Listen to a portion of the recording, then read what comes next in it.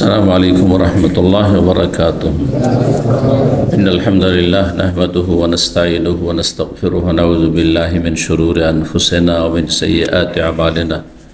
من يهده الله فلا مضل له ومن يضلل فلا هادي له، وأشهد أن لا إله إلا الله وحده لا شريك له، وأشهد أن محمدا عبده ورسوله صلى الله تعالى عليه وعلى آله وصحبه وسلم تسليما كثيرا. أما بعد، فقد قال الإمام البخاري رحمه الله تعالى: باب كراهية الصلاة في التصاوير. قال حدثنا عمران بن ميسرة قال حدثنا عبد الوارث قال حدثنا عبد الله بن صهيب عن أنس رضي الله عنه قال: كان قرام لعائشة رضي الله عنها سترت به جانب بيتها، فقال لها النبي صلى الله عليه وسلم: أميت عني فإنه لا تزال تصاويره تعرض لي في صلاتي।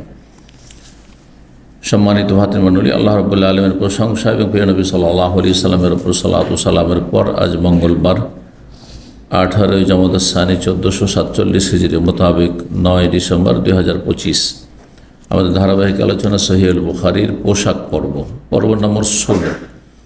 এতে ইনশাআল্লাহ তাআলা আমরা পোশাকের ধারাবাহিক যে হাদিসগুলি রয়েছে এবং অধ্যায়গুলি রয়েছে সব আমরা শেষ করতে পারবো। আল্লাহ রাব্বুল আলামিন যেন কবুল করেন এবং ভুল ভ্রান্তি আল্লাহ মাফ করেন। এলমে আমলে দিন দুনিয়াতে আল্লাহ যারা এই ধারাবাহিক দর্শগুলোতে অংশ নিয়ে থাকেন তাদের সার্বিক জীবনে বরকত দান করেন। বলছেন ইমাম বুখারী রাহিমাহুল্লাহ, অধ্যায় নম্বর 93 এই পোশাক পর্বের। বাবু কারাহিয়াতিস সলাতি ফি তাসাবির। এই অধ্যায় হচ্ছে ছবি বিশিষ্ট কাপড়ে বা কাপড় পরিধান করে সালাত আদায় করা মাকরুহ হওয়া সম্পর্কে। মাকরুহ আমাদের সমাজের লোকেরা মাকরুহ মানে হালকা মনে করে, মাকরুহ মানে মাকরুহ তানজিম মানে অপছন্দনীয়, তাই না? সেটাকে নাজায়েজ মনে করেন, হারাম মনে করেন। কিন্তু একটি কথা সবসময় মনে রাখবেন, ইসলামের প্রথম যুগে কয়েক শত বছর আইম্মা ফোকাহা সাহাবায়ে কেরামদের জামানা থেকে শুরু করে ইমাম বুখারীর জামানা, যেহেতু এটি সহিহ বুখারী, তারপরেও দীর্ঘ সময় মাকরুহ বলতে মাকরুহ তাহরিম বোঝা যেত। মাকরুহ মানে এমন ঘৃণিত, শাব্দিক অর্থ মাকরুহ মানে কি? ঘৃণিত, হ্যাঁ, এমন ঘৃণিত যেটা তাহরিম মানে হারাম, নাজায়েজ, নিষিদ্ধ। তারপরে পরবর্তীকালে যে ফোকাহারা আসলেন তারা মাকরুহকে দুই ভাগে ভাগ করলেন, মাকরুহ তানজিম, মাকরুহ তাহরিম। একটা হচ্ছে মাকরুহ তাহরিম, তাদের কাছেও আছে, মানে কিছু কিছু ঘৃণিত এমন বিষয় রয়েছে বা বস্তু রয়েছে, এমন কাজ রয়েছে, কথা রয়েছে যেটি হারাম। আর আরেক ধরনের মাকরুহ হচ্ছে মাকরুহ তানজিম, মানে এমন ঘৃণিত যে সেটা হারামও নয় কিন্তু সেটা হচ্ছে অপছন্দনীয়, যেমন দাঁড়িয়ে পান করা। আপনি পানি পান করছেন দাঁড়িয়ে, অথবা জমজম আর উজুর পানি ছাড়া অন্য পানি, অথবা কিছু খাবার খাচ্ছেন, আপনি চকলেট খাচ্ছেন দাঁড়িয়ে, এটা মাকরুহ, এটা হারাম নয়, কিন্তু মাকরুহ তানজিম, অপছন্দনীয়। এরকম অনেক কিছু রয়েছে। বাম হাতে পানাহার করা হারাম, কিন্তু বাম হাতে লেনদেন করা।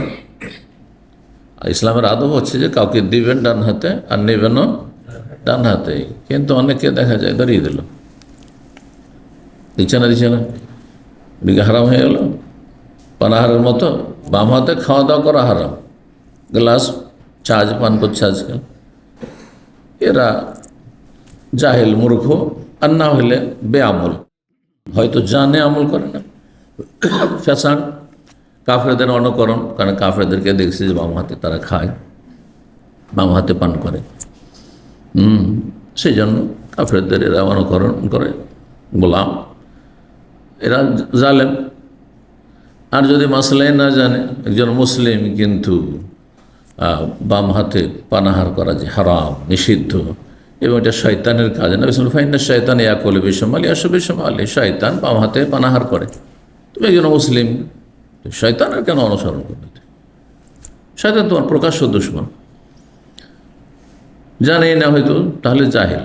এই জন্য মানুষ যারা বেআমল, মানুষ দুই ভাগ ভাগ ভাগ ভাগ করা যেতে পারে। মানুষ আমলওয়ালা মানুষ আর বেআমল মানুষ। মানে যারা ধার্মিক মানুষ ওরা হচ্ছে নেক আমলকারী, সলেহীন। আর যারা বেআমল তারা দুই ভাগে বিভক্ত, বেআমল জালেম না হয় জাহেল। যেন সূরা আহজাবে আল্লাহ অধিকাংশ মানুষ সম্পর্কে বলছেন, ইন্নাহু কানা যালুমান জাহুলা। যারা আমানত রক্ষা করে না, আল্লাহর আমানত, মানুষের আমানত, তারা হচ্ছে জালেম। ওই শ্রেণীর মানুষরা হচ্ছে জালেম না হয় জাহেল। জালেম কখন? যখন জানছে তারপর আমল করছেন, জানছেন যে এটা জায়েজ নয়, এটা নিষিদ্ধ, তারপর করছেন, তো জালেম আপনি।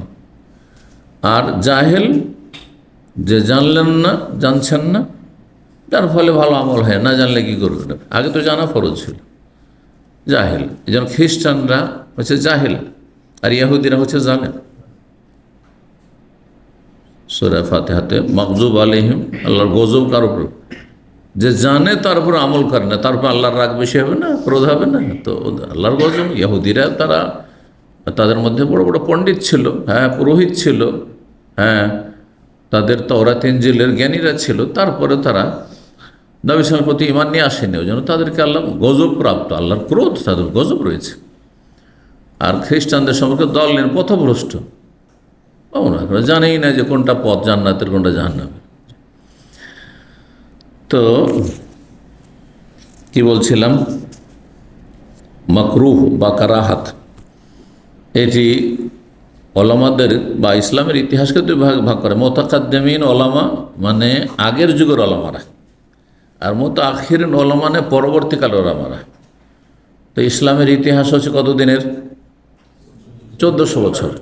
মানে প্রথম 300 বছর এটা মুতাকাদ্দিমিনদের জামানা। ওর মধ্যে বড় বড় আইম্মা ইকরামদের জামানা চলে গেছে। ইমাম আবু হানিফা, শাফি, মালিক, আহমদ, তারপরে ইমাম বুখারী, মুসলিম, আবু দাউদ, নাসাঈ, তিরমিজি, ইবনে মাজাহ, সমস্ত হাদিস এবং ফিকহের বড় বড় আইম্মা ইকরামগণের জামানা 300 বছর মধ্যে চলে গেছে। 300 বছর পরে যারা এসেছে আজ পর্যন্ত, কিন্তু বড় বড় আলেম, এদেরকে বলা হয় মুতাআখিরিন ওলামা, মানে পরবর্তীকালের ওলামা। এই পরবর্তীকালে বেশ কিছু পরিভাষা, বেশ কিছু বিষয় আগের থেকে ভিন্নতা এসেছে, আগের থেকে ভিন্নতা এসেছে। তো পরবর্তীকালে ফিকহের পরিভাষায় মাকরুকে দুই ভাগে ভাগ করা হয়েছে, মাকরু তানজি আর মাকরু তাহরিমি। কিন্তু মুতাকাদ্দিমিনদের মধ্যে ইমাম বুখারী, হ্যাঁ, এখানে শুধু কারাহাত বলেছেন, বলেননি কারাহাত তাহরিম না তানজি। কিন্তু তার উদ্দেশ্য হচ্ছে কারাহাত মানে হচ্ছে মাকরু, মানে হচ্ছে তাহরিম, হারাম, নাজায়েজ। কি নাজায়েজ? as-সালাত ফি তাসাউর, প্রাণীর ছবি বিশিষ্ট কাপড় পরিধান করে সালাত আদায় করা। আপনার গেঞ্জি, আপনার শার্ট, হ্যাঁ, আপনার শরীরে যা কিছু জামা কাপড় আছে, অথবা আপনি যেখানে নামাজ পড়ছেন সেখানে দেয়ালে, হ্যাঁ, ছবি লটকা আছে, সেখানে নামাজ পড়া হচ্ছে মাকরু। মাকরু মানে হারাম, নাজায়েজ, নিষিদ্ধ। যে ভাষায় বলেন, নিষিদ্ধ বলেন, আর নাজায়েজ বলেন, অবৈধ বলেন, অথবা হারাম বলেন, হ্যাঁ, সবগুলি হ্যাঁ কাছাকাছি অর্থ, উদ্দেশ্য একই। কিন্তু এই জন্য আমি ফতোয়া নকল করে নিয়েছি যে প্রাণীর ছবি বিশিষ্ট কাপড়ে বা রুমে, যে রুমে টেবিলের ওপর স্বামী স্ত্রীর ছবি রাখা আছে, অথবা নেতার ছবি রাখা আছে, নেত্রীর ছবি রাখা আছে, বাপ মায়ের ছবি লটকানো আছে, হ্যাঁ, আর সেই রুমে নামাজ পড়ছেন, অথবা এক ধরনের জামা কাপড় পাওয়া যাচ্ছে যেগুলোতে, হ্যাঁ, আপনার বাঘ ভল্লুকের ছবি আছে, অথবা কোন বিড়ালের ছবি আছে, এসব কাপড়ে নামাজ পড়া নাজায়েজ, হারাম, নিষিদ্ধ। মাকরুহ তানজি অপছন্দনীয় নয়, বরং গুনার কাজ সেটি। এখন হারাম নাজায়েজ তো ঠিক আছে, কিন্তু নামাজ নষ্ট হবে না হয়ে যাবে, এটা আরেকটা মাসলা, যাতে ইখতিলাফ রয়েছে। এই জন্য ওলামাদের আলোচনা থেকে শোনাবে। এখন হাদিসগুলো আমরা দেখি। একটি হাদিস শুধু এই মর্মে রয়েছে এখানে, যে হাদিসটি প্রমাণ করে যে নবী সাল্লাল্লাহু আলাইহি ওয়াসাল্লাম এটাকে মেনে নেননি, যে যেই রুমে তিনি সালাত আদায় করছেন তাহাজ্জুদের অথবা নফল, মা আয়েশার ঘরে, আর সেখানে পর্দার কাপড় লটকানো আছে, অথবা দেয়ালের একটা সাইডে এক পাশে কাপড় ঝোলানো আছে, কাপড় টাঙানো আছে, পর্দা টাঙানো আছে, আর সেই পর্দাতে প্রাণীর ছবি রয়েছে। সেটা প্রাণীর ছবি যে কোনো প্রাণী হইতে পারে, মানুষেরও হইতে পারে অথবা অন্য কোনো পশু পাখির হইতে পারে। নবী সাল্লাল্লাহু আলাইহি ওয়াসাল্লাম নিষেধ করেছেন এবং সেটা সরিয়ে নিতে বলেছেন। কিন্তু হাদিসে এই কথা আসেনি যে নামাজ বাতিল হয়ে যাবে, না বাতিল হবে না, সেই জন্য তখন ইখতিলাফ হয়েছে। আমরা বিস্তারিত আলোচনা করব, হাদিসটা দেখি।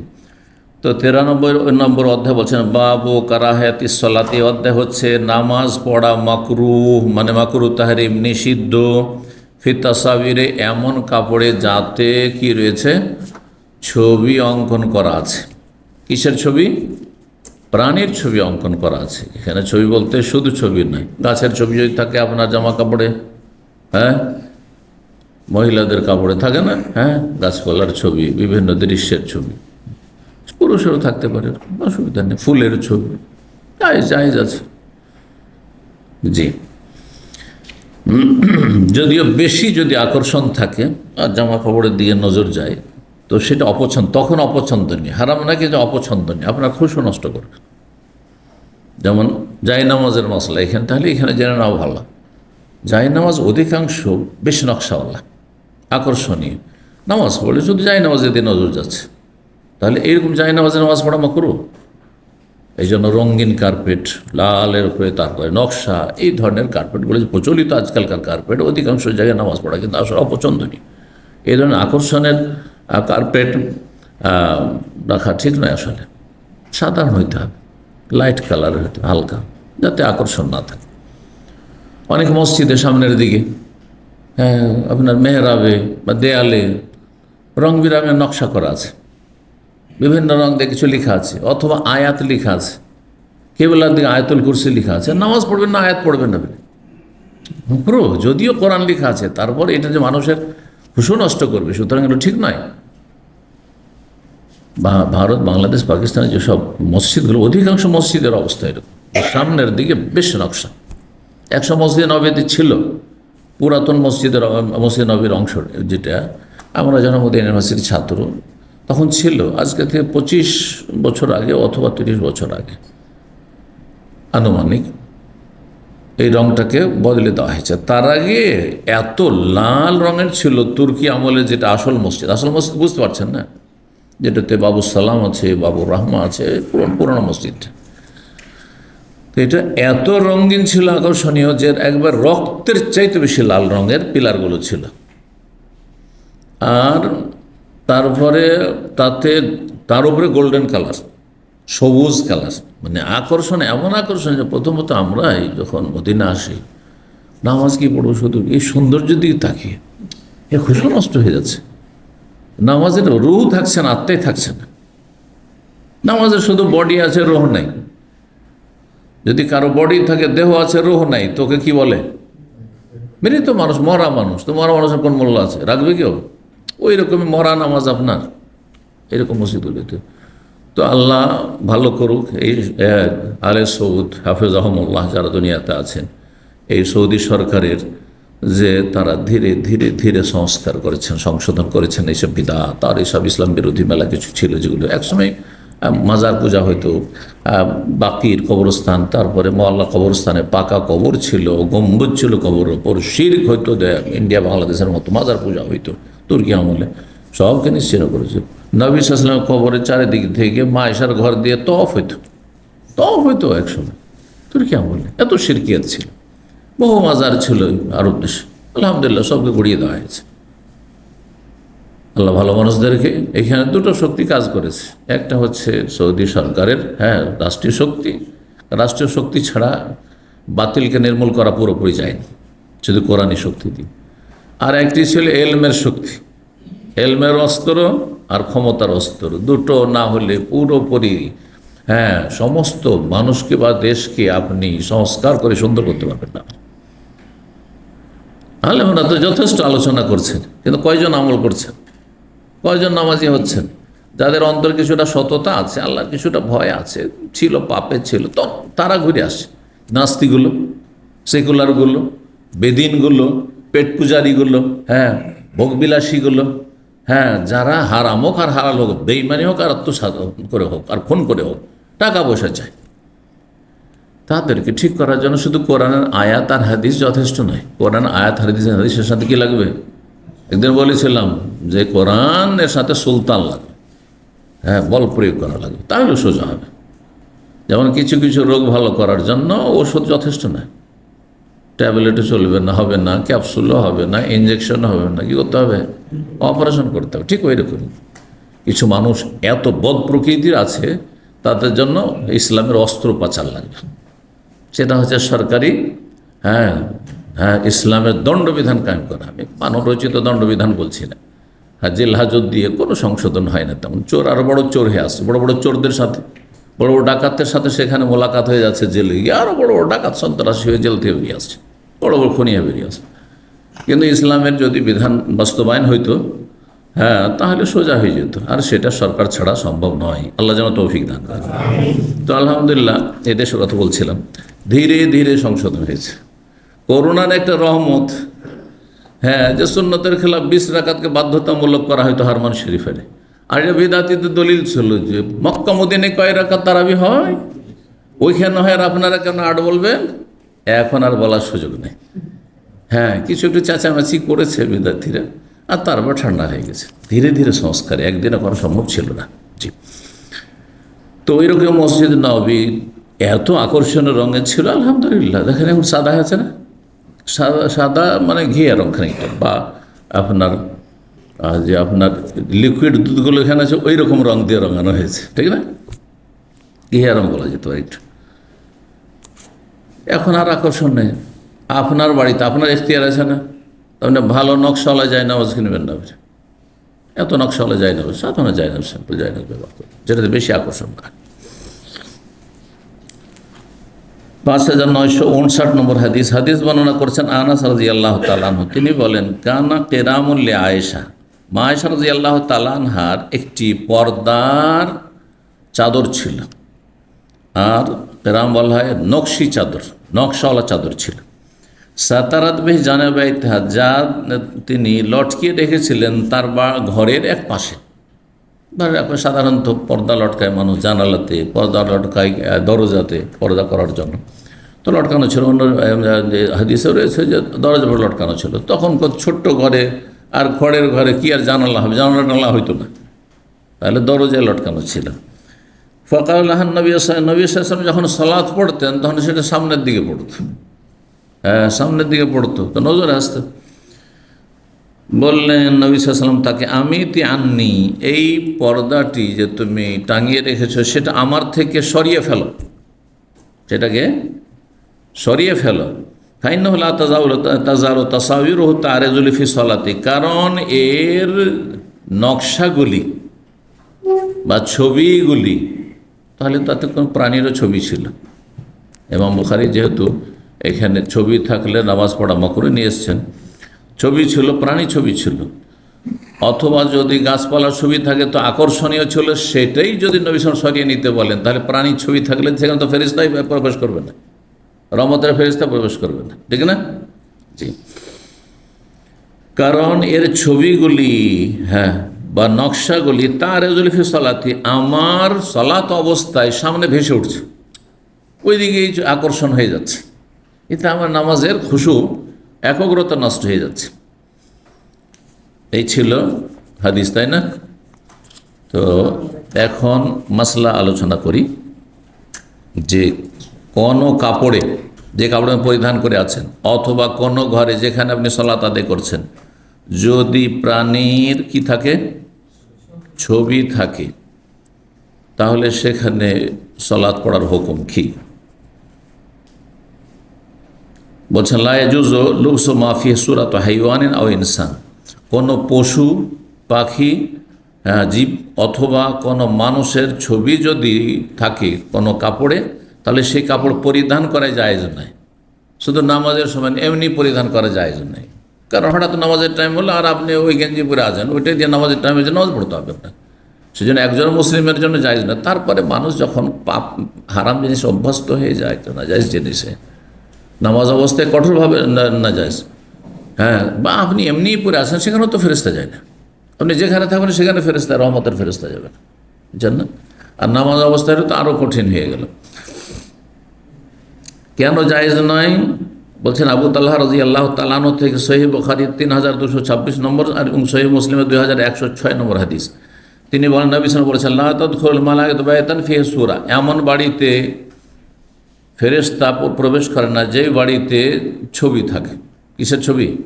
প্রাণীর ছবি থাকে। অন্য রওয়ায়াতে আছে আর কুকুর যদি থাকে। জি।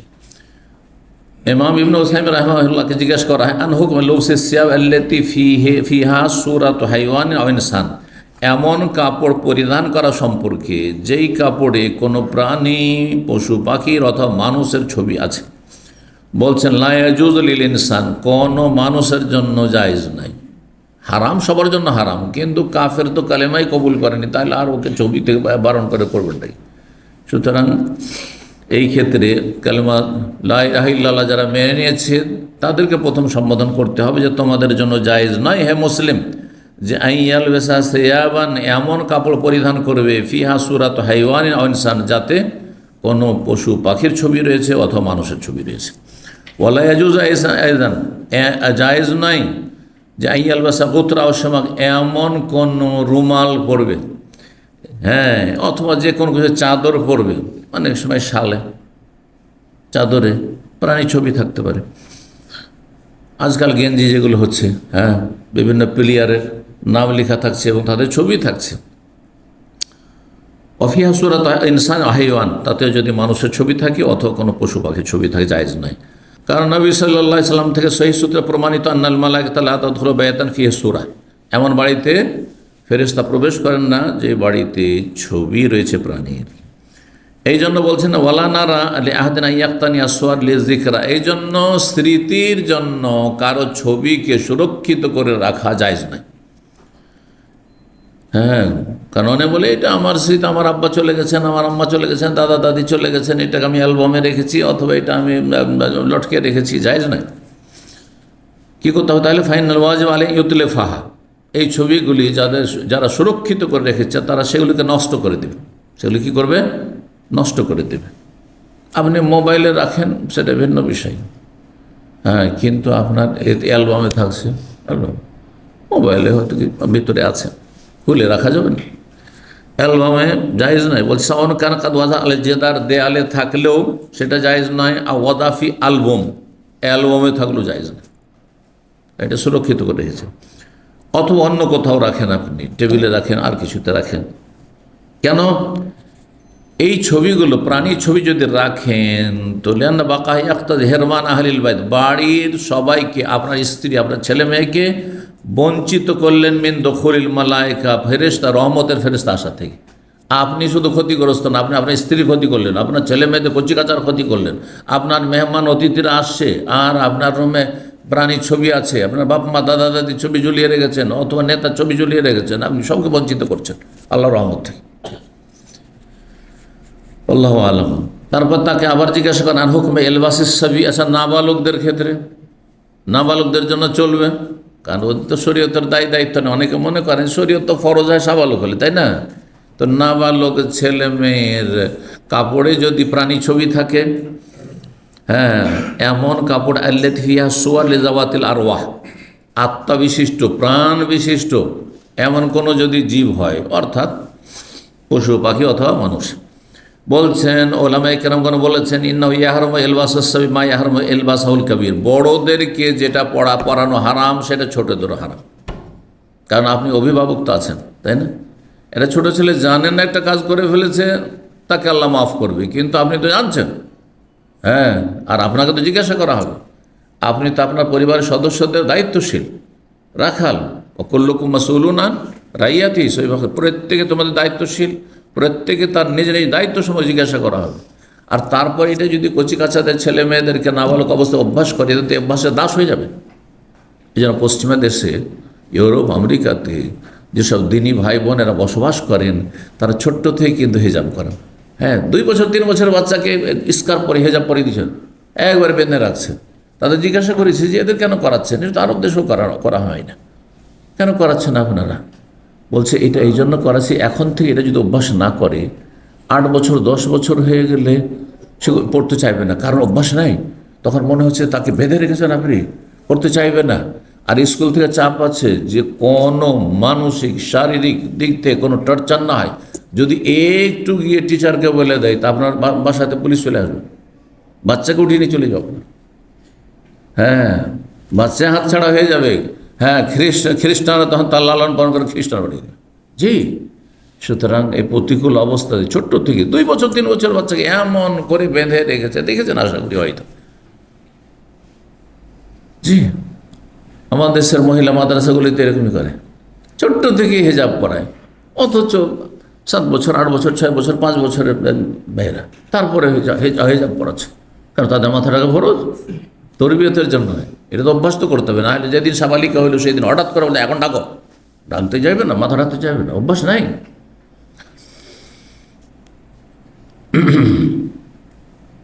বলছেন অমাকানা ফি সুরা, যাতে প্রাণী ছবি রয়েছে, ফাইল বাস ও লিল কবির হারাম, বড়দের পরানো বা পরা যেমন হারাম, ফায়াকুন এলবাস ও সগির হারামান আইজান, ছোটদের জন্য হারাম। হারাম সেগুলো হোসেন বলছেন হারাম, এটাই মাকরু নয়, অথবা হালকা শব্দ নাজায়েজ, কারণ অনেকে নাজায়েজ অবৈধ আর হারামে পার্থক্য করে। হারাম মানে শক্ত কথা না, হারাম। সুতরাং মুসলিমরা যেন এমন পোশাক খরিদ না করে, ছেলে মেয়েদের না পরায়, নিজেরা না পরে, এবং মুসলিম দেশে আসতে না দেয়। মাজমুয়া ফাতোয়া ইবনে উসাইমিন 12 খণ্ড 12তম খণ্ড 333 পৃষ্ঠা।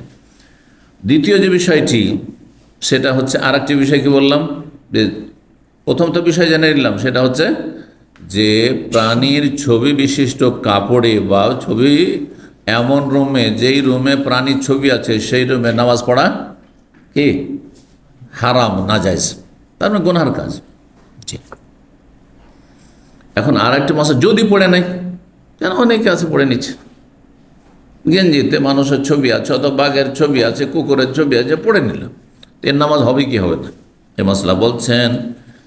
দ্বিতীয় মশলা যে এই নামাজ হবে কি হবে না, বলছেন এই ক্ষেত্রে 2টো মত রয়েছে। একটি মত হচ্ছে যেটি বেশি শক্তিশালী, সেটি হচ্ছে তাসিহু সলাতু ফি সাওবিল মুশতামাল আলা সূরাতি ইনসান আও হাইওয়ান মাল ইসম, গুনাহগার হবে কিন্তু গুনাহ হওয়া সত্ত্বেও এই হারাম নাজায়েজ কাপড় পরিধান করে নামাজ পড়লে নামাজ হয়ে যাবে। অথবা যেখানে ছবি আছে ঝুলানো দেয়ালে ঘরে, আর সেখানে নামাজ পড়লে নামাজ হয়ে যাবে। অফিসে দেখছেন যে মানুষের ছবি ঝোলানো আছে, অথবা পশু পাখির ছবি ঝোলানো আছে, আর সেখানে আপনাকে নামাজ পড়তে হচ্ছে, নামাজ হয়ে যাবে। আপনি যদি নিরুপায় হন আপনার গুনাহ হবে না, কিন্তু অফিসওয়ালাদের, অফিসের দায়িত্বশীল মালিকদের গুনাহ হবে, যারা এটা লটকেছে বা লটকাতে বাধ্য করেছে। সৌদি আরবের ফতোয়ার স্থায়ী কমিটি লাজনা দায়েমা, তাদেরকে জিজ্ঞাসা, এখানকার ওলামা, সেখানে বড় বড় সবচেয়ে বড় ওলামারা সেখানে সদস্য, শাইখ ইবনে বাজ, আর তারপরে অন্যান্য আর জাহিয়া থেকে বড় ওলামাদের যে কমিটি রয়েছে, তারা কয়েকজন মিলে ফতোয়া দেন, কমপক্ষে 4-5 জন 6 জন থাকে, তাতে ফতোয়া দেন। বলছে হাল তাজুজ সলাফি সবিন ফিয়া সুরাত ইনসান আও সোয়ার হাইওয়ানাত, কোনো পশু পাখি অথবা মানুষের যদি ছবি থাকে এমন কাপড়ে নামাজ পড়া কি জায়েজ? ওয়াল হেজুজ দখুল বাইতুল খালা বে সবিন ফি ইসমুল্লাহ, আরেকটি মাসলা জিজ্ঞেস করছেন, যদি আল্লাহর নাম বিসমিল্লাহ লেখা আছে, আল্লাহ লেখা আছে, মোহাম্মদ লেখা আছে আপনার কাপড়ে, আর ওইটা বাথরুমে যাচ্ছেন, তো এটা কি জায়েজ? এটাও জায়েজ নেই, এটাও জায়েজ নেই। সেই জন্য কাপড়ে আমি আল্লাহকে খুব ভালোবাসি, রসুলকে খুব ভালোবাসি, আমি ইয়া রাসূল আল্লাহ, না, জায়েজ নয়। অনেকে আবেগে আমি খুব ভালো মানুষ, সেই জন্য আমি মিউজিক রাখি, মিউজিক টোন রাখি না, আমি কোরআনের আয়াত রেখেছি আমার কিসে, রিংটোনে। এটা কোরআনের অবমাননা। কোরআনে কারিমে আল্লাহ এই জন্য নাজিল করেছেন। আর তারপরে যখনই উঠিয়ে নিলেন আয়াত পুরা হয়নি, অসম্পূর্ণ, অনেক সময় অর্থ ইসলাম বিরোধী অর্থ হয়ে যাবে, অসম্পূর্ণ কথা তো হবে না। জি, যেমন আল্লাহ লা তাকরাবুস সালাত ওয়া আনতুম সুকারা, নেশাগ্রস্ত অবস্থায় নামাজের কাছে যেও না। এখন রিংটোনে লা তাকরাবুস সালাহ এসছে, আর দিল রিসিভ করে নিলেন, মানে নামাজের কাছেই যেও না, কুফরি কথা হয়ে যাবে না, নামাজের ধারে কাছে যেও না, বুঝছেন না? জি, লা ইলাহা ইল্লাল্লাহ ফা'লাম আন্নাহু লা ইলাহা ইল্লাল্লাহ, যেমনই তেলাওয়াতটি আপনার রিংটোনে বেজে উঠেছে, হ্যাঁ, অনেকে রিংটোন রাখা, ওই দিক থেকে রিং করলে চলতে থাকে, তেলাওয়াত চলতে থাকে, জিকির চলতে থাকে, যখন উঠিয়ে নিয়ে বন্ধ হয়ে গেল। ওইখানে লা ইলাহা পড়েছিলেন আর তারপরে রিসিভ হয়ে গেল। হ্যাঁ, ওই দিক থেকে আসছিল লা ইলাহা পর্যন্ত। লা ইলাহা মানে কি? আল্লাহ নেই, আর আল্লাহ নেই তখন রিসিভ করে নিলেন আপনি। এর চেয়ে তো বড়ো কুফুরি আর কি আছে? চিন্তা করুন তো। সেজন্য অনেকেই মনে করেন যে এটা খুব ভালো কাজ। আমি তো মিউজিক রাখি না, রিংটোনটা তো আমি কোরআনেতে রেখেছি, না জায়েজ নয়। জি।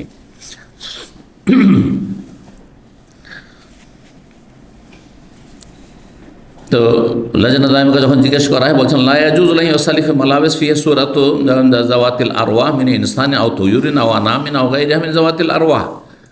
আত্মা বিশিষ্ট মানে প্রাণ বিশিষ্ট এমন কোনো জীব, মানুষ হোক, পাখি হোক, পশু হোক, গবাদি পশু হোক, কোনো কিছুর ছবি যদি থাকে কোনো পোশাকে, তাহলে সেই পোশাকে সালাত আদায় করা জায়েজ নয়, না জায়েজ।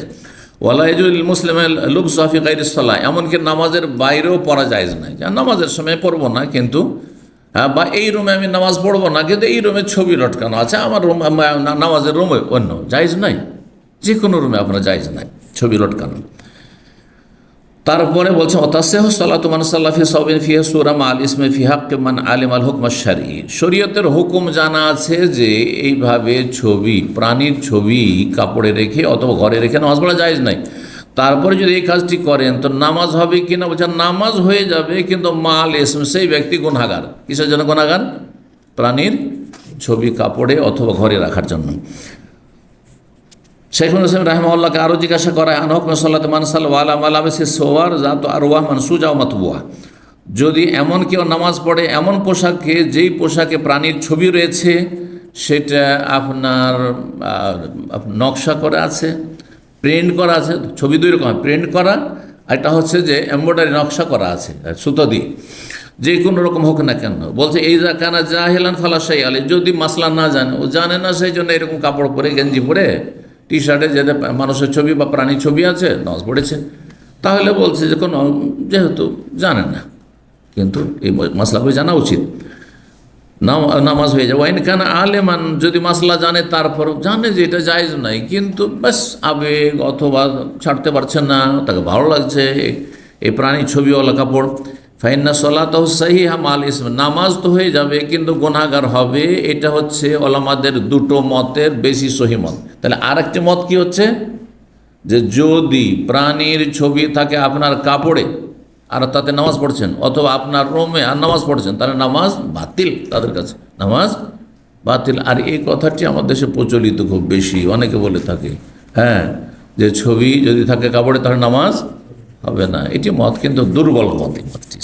সহি মত হচ্ছে যেহেতু দলিল নেই নামাজ বাতিল করার, সুতরাং কাজটি হারাম। অনেক কাজ হারাম আছে, কিন্তু হারাম হলে সেটা করলে আপনার ওই কাজটি যে অবস্থায় করেছেন সেই কাজটি না জায়েজ হবে না। কথা বলছেন না? তো এগুলোর উদাহরণ দেওয়ার এখন সময় নেই। অমিনাল ওলামাই ইয়াকুল, একদল আলেমরা আবার বলছেন সলাতুহু তাবতুল, যেই ব্যক্তি প্রাণীর ছবি বিশিষ্ট কাপড়ে নামাজ পড়বে অথবা প্রাণীর ছবি বিশিষ্ট কক্ষে নামাজ পড়বে, তার নামাজ বাতিল। কেন বাতিল? লিআন্নাহু সাল্লা ফি সাওবিন মুহাররাম আলাইহি, এমন কাপড় পরে নামাজ পড়ে যে কাপড় তার জন্য পরিধান করা হারাম, হারাম কাপড়ে পড়েছে, সেই জন্য তার নামাজ বাতিল। তারা বলছেন মাজমু ফাতাওয়া ইবনে উসাইমিনের 12 খণ্ড 360 পৃষ্ঠা। এই ছিল মাসলাত। তাহলে বুঝে গেলেন সঠিক মত হচ্ছে হ্যাঁ কি, যে প্রাণীর ছবি বিশিষ্ট কাপড়ে বা রুমে নামাজ পড়া হারাম, জায়েজ নাই। কিন্তু যদি কেউ নামাজ পড়ে নাই তো নামাজ, সঠিক মত হচ্ছে নামাজ হ্যাঁ হয়ে যাবে, কিন্তু ওই ব্যক্তি গুনাহগার।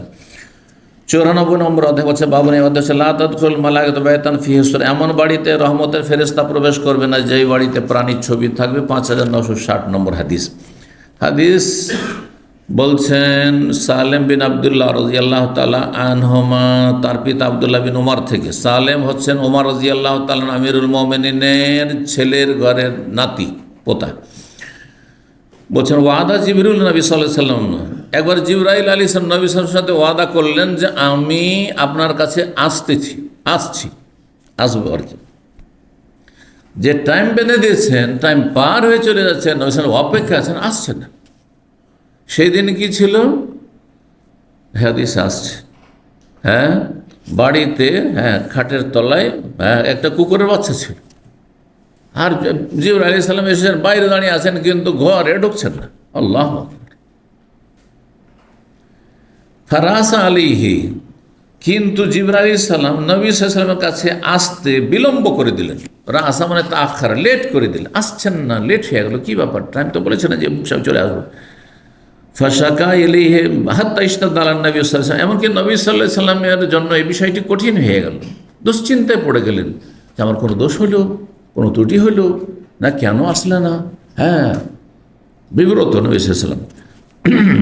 ফাখারাজান নবী সাল্লাল্লাহু আলাইহি ওয়াসাল্লাম অপেক্ষা করতে করতে করতে ঘর থেকে একটু বাইরে বেরোলেন, যে দেখি তো। বাইরে গিয়ে দেখেন ফালাকিয়াহু, জিবরাইলের সাথে সাক্ষাৎ হয়ে যাচ্ছে। জিবরাইল আলাইহিস সালাম কখনো মানুষের রূপ ধরে আসতেন, হ্যাঁ, তখন অন্য সাহাবীরাও দেখতে পেতেন, আর অধিকাংশ সময় কোনো মানুষের রূপ ধারণ করে আসতেন না, অদৃশ্য। জিবরাইলের সাথে নবী সাল্লাল্লাহু আলাইহি ওয়াসাল্লাম কথা বলছেন, কিন্তু সাহাবীরা কেউ দেখতে পাচ্ছেন না, বেশিরভাগ এরকমই হইতো। কখনো একটা সাউন্ড হইতো, হ্যাঁ, ঘন্টা বাজার আওয়াজের মতো, আর কখনো সেটাও হইতো না। কয়েক রকমভাবে ওহির পর্বে আমরা বিস্তারিত আলোচনা করেছি ওহি আসার পদ্ধতি বা জিবরাইল আলাইহিস সালামের আসার পদ্ধতি। বলছেন যে সাক্ষাৎ হয়ে গেল বাইরে। ফাশাকা ইলে মা ওয়াজাদা, নবী সাল্লাল্লাহু আলাইহি ওয়াসাল্লাম যে অনুভব করলেন যে আপনি বিলম্ব কেন করলেন, এই বিষয়ে অভিযোগ করলেন যে আপনি এত লেট কেন করে দিলেন, আসার তো কথা ছিল অনেক আগে। ফাকাল আল্লাহু, তখন জিবরাইল আলাইহিস সালাম বললেন নবী সাল্লাল্লাহু আলাইহি ওয়াসাল্লাম, ইন্না লা নাদখুলু বাইতান, আমরা ফেরেশতারা এমন বাড়িতে প্রবেশ করি না, ফিহে সূরাতুন, যেই বাড়িতে প্রাণী ছবি থাকে, ওয়ালা কালবুন, অথবা কুকুর থাকে। আর আপনার বিছানা খাটের তলে দেখেন সেখানে কি আছে, কুকুর আছে, কুকুর বাচ্চা দেখেন, কুকুর বাচ্চা আছে। এখান থেকে কি বোঝা গেল যে নবী আলেমুল গায়ব, খাটের তলে কুকুর বাচ্চা ঢুকেছে, তা জানা না নবী সাল্লাল্লাহু আলাইহি ওয়াসাল্লাম, বোঝা গেছে না? তাহলে যে বেরেলভিরা, মাজারপন্থীরা বলে যে নবী আলেমুল গায়ব, নবী হাজির নাজির, এটি শিরক আল্লাহর সাথে। কারণ আল্লাহ ছাড়া গায়েব, অদৃশ্য, সব অদৃশ্য জানার কারো ক্ষমতা নেই। নবী সাহেব কতটা গায়েব জানেন? যতটা জানিয়ে দেওয়া হয়েছে, সব জানিয়ে দেওয়া হয়নি, ঠিক না? এই জন্য নবী সাল্লাল্লাহু আলাইহি ওয়াসাল্লামের দুনিয়ার ক্ষেত্রে ক্ষয়ক্ষতি হয়েছে, হয়নি? হ্যাঁ, ওহুদের যুদ্ধে ক্ষয়ক্ষতি হয়েছে, হ্যাঁ, তায়েফে ক্ষয়ক্ষতি হয়েছে, ক্ষতিগ্রস্ত হয়েছে, আহত হয়েছে। যদি নবী জানতেন যে তায়েফ যাব আর মার খাবো কাফেরদের কাছে, আর একটি লোক ইসলাম গ্রহণ করবে না, তো যেতেন? আপনি আমি যাব কখনো? কেউ যাবে না। তাহলে তো জানতেন না, আশা করে গিয়েছিলেন যে হয়তো তায়েফের লোকগুলো হেদায়েত হবে, কিছু লোক তো হেদায়েত হবে। এরকম বহু ঘটনা রয়েছে। 95 নম্বর অধ্যায় বলছেন বাবু মাল্লাম ইয়াদখুল বাইতান ফিহি সূরা। এই অধ্যায় হচ্ছে এমন কোনো ব্যক্তি সম্পর্কে যে যেই বাড়িতে প্রাণীর ছবি রয়েছে সেই বাড়িতে যদি প্রবেশ না করে, তাহলে এটা কি চরমপন্থা হবে?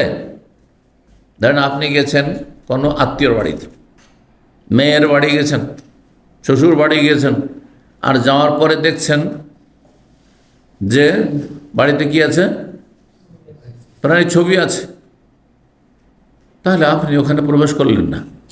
তাহলে কি আপনি বললেন আপনি কট্টরপন্থী? না, ঠিক করেছেন, ঠিক করেছেন। কিন্তু এই ক্ষেত্রে আপনাকে একজন চিকিৎসকের মতো, ডাক্তারের মতো কাজ করতে হবে। কীরকম?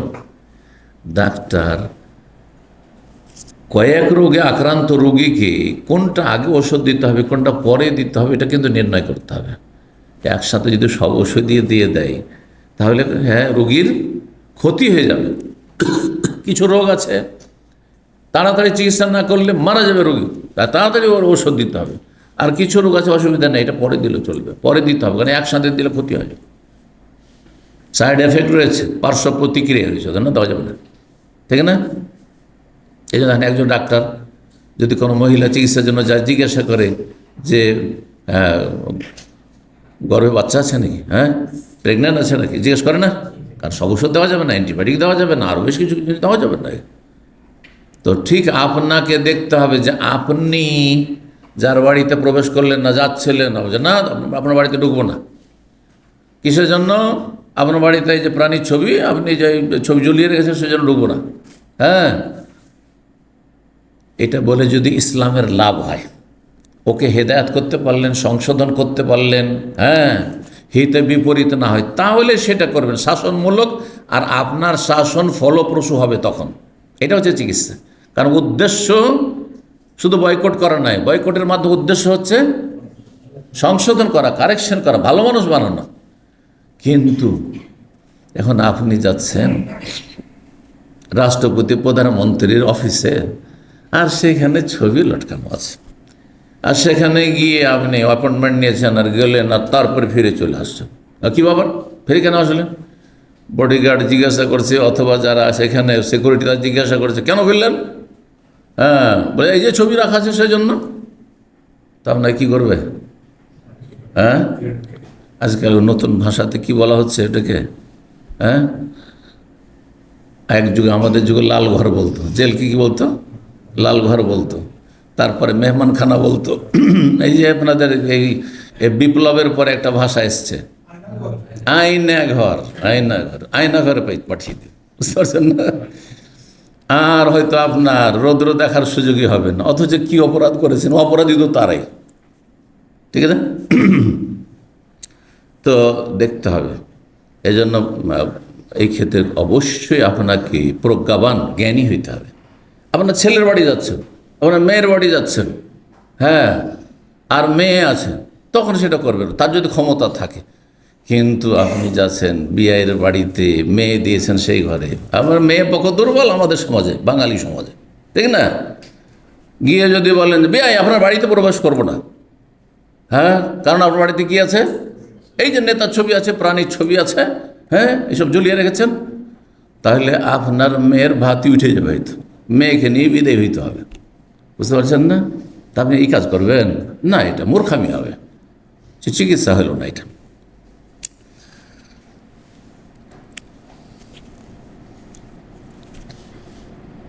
কি বলছিলাম?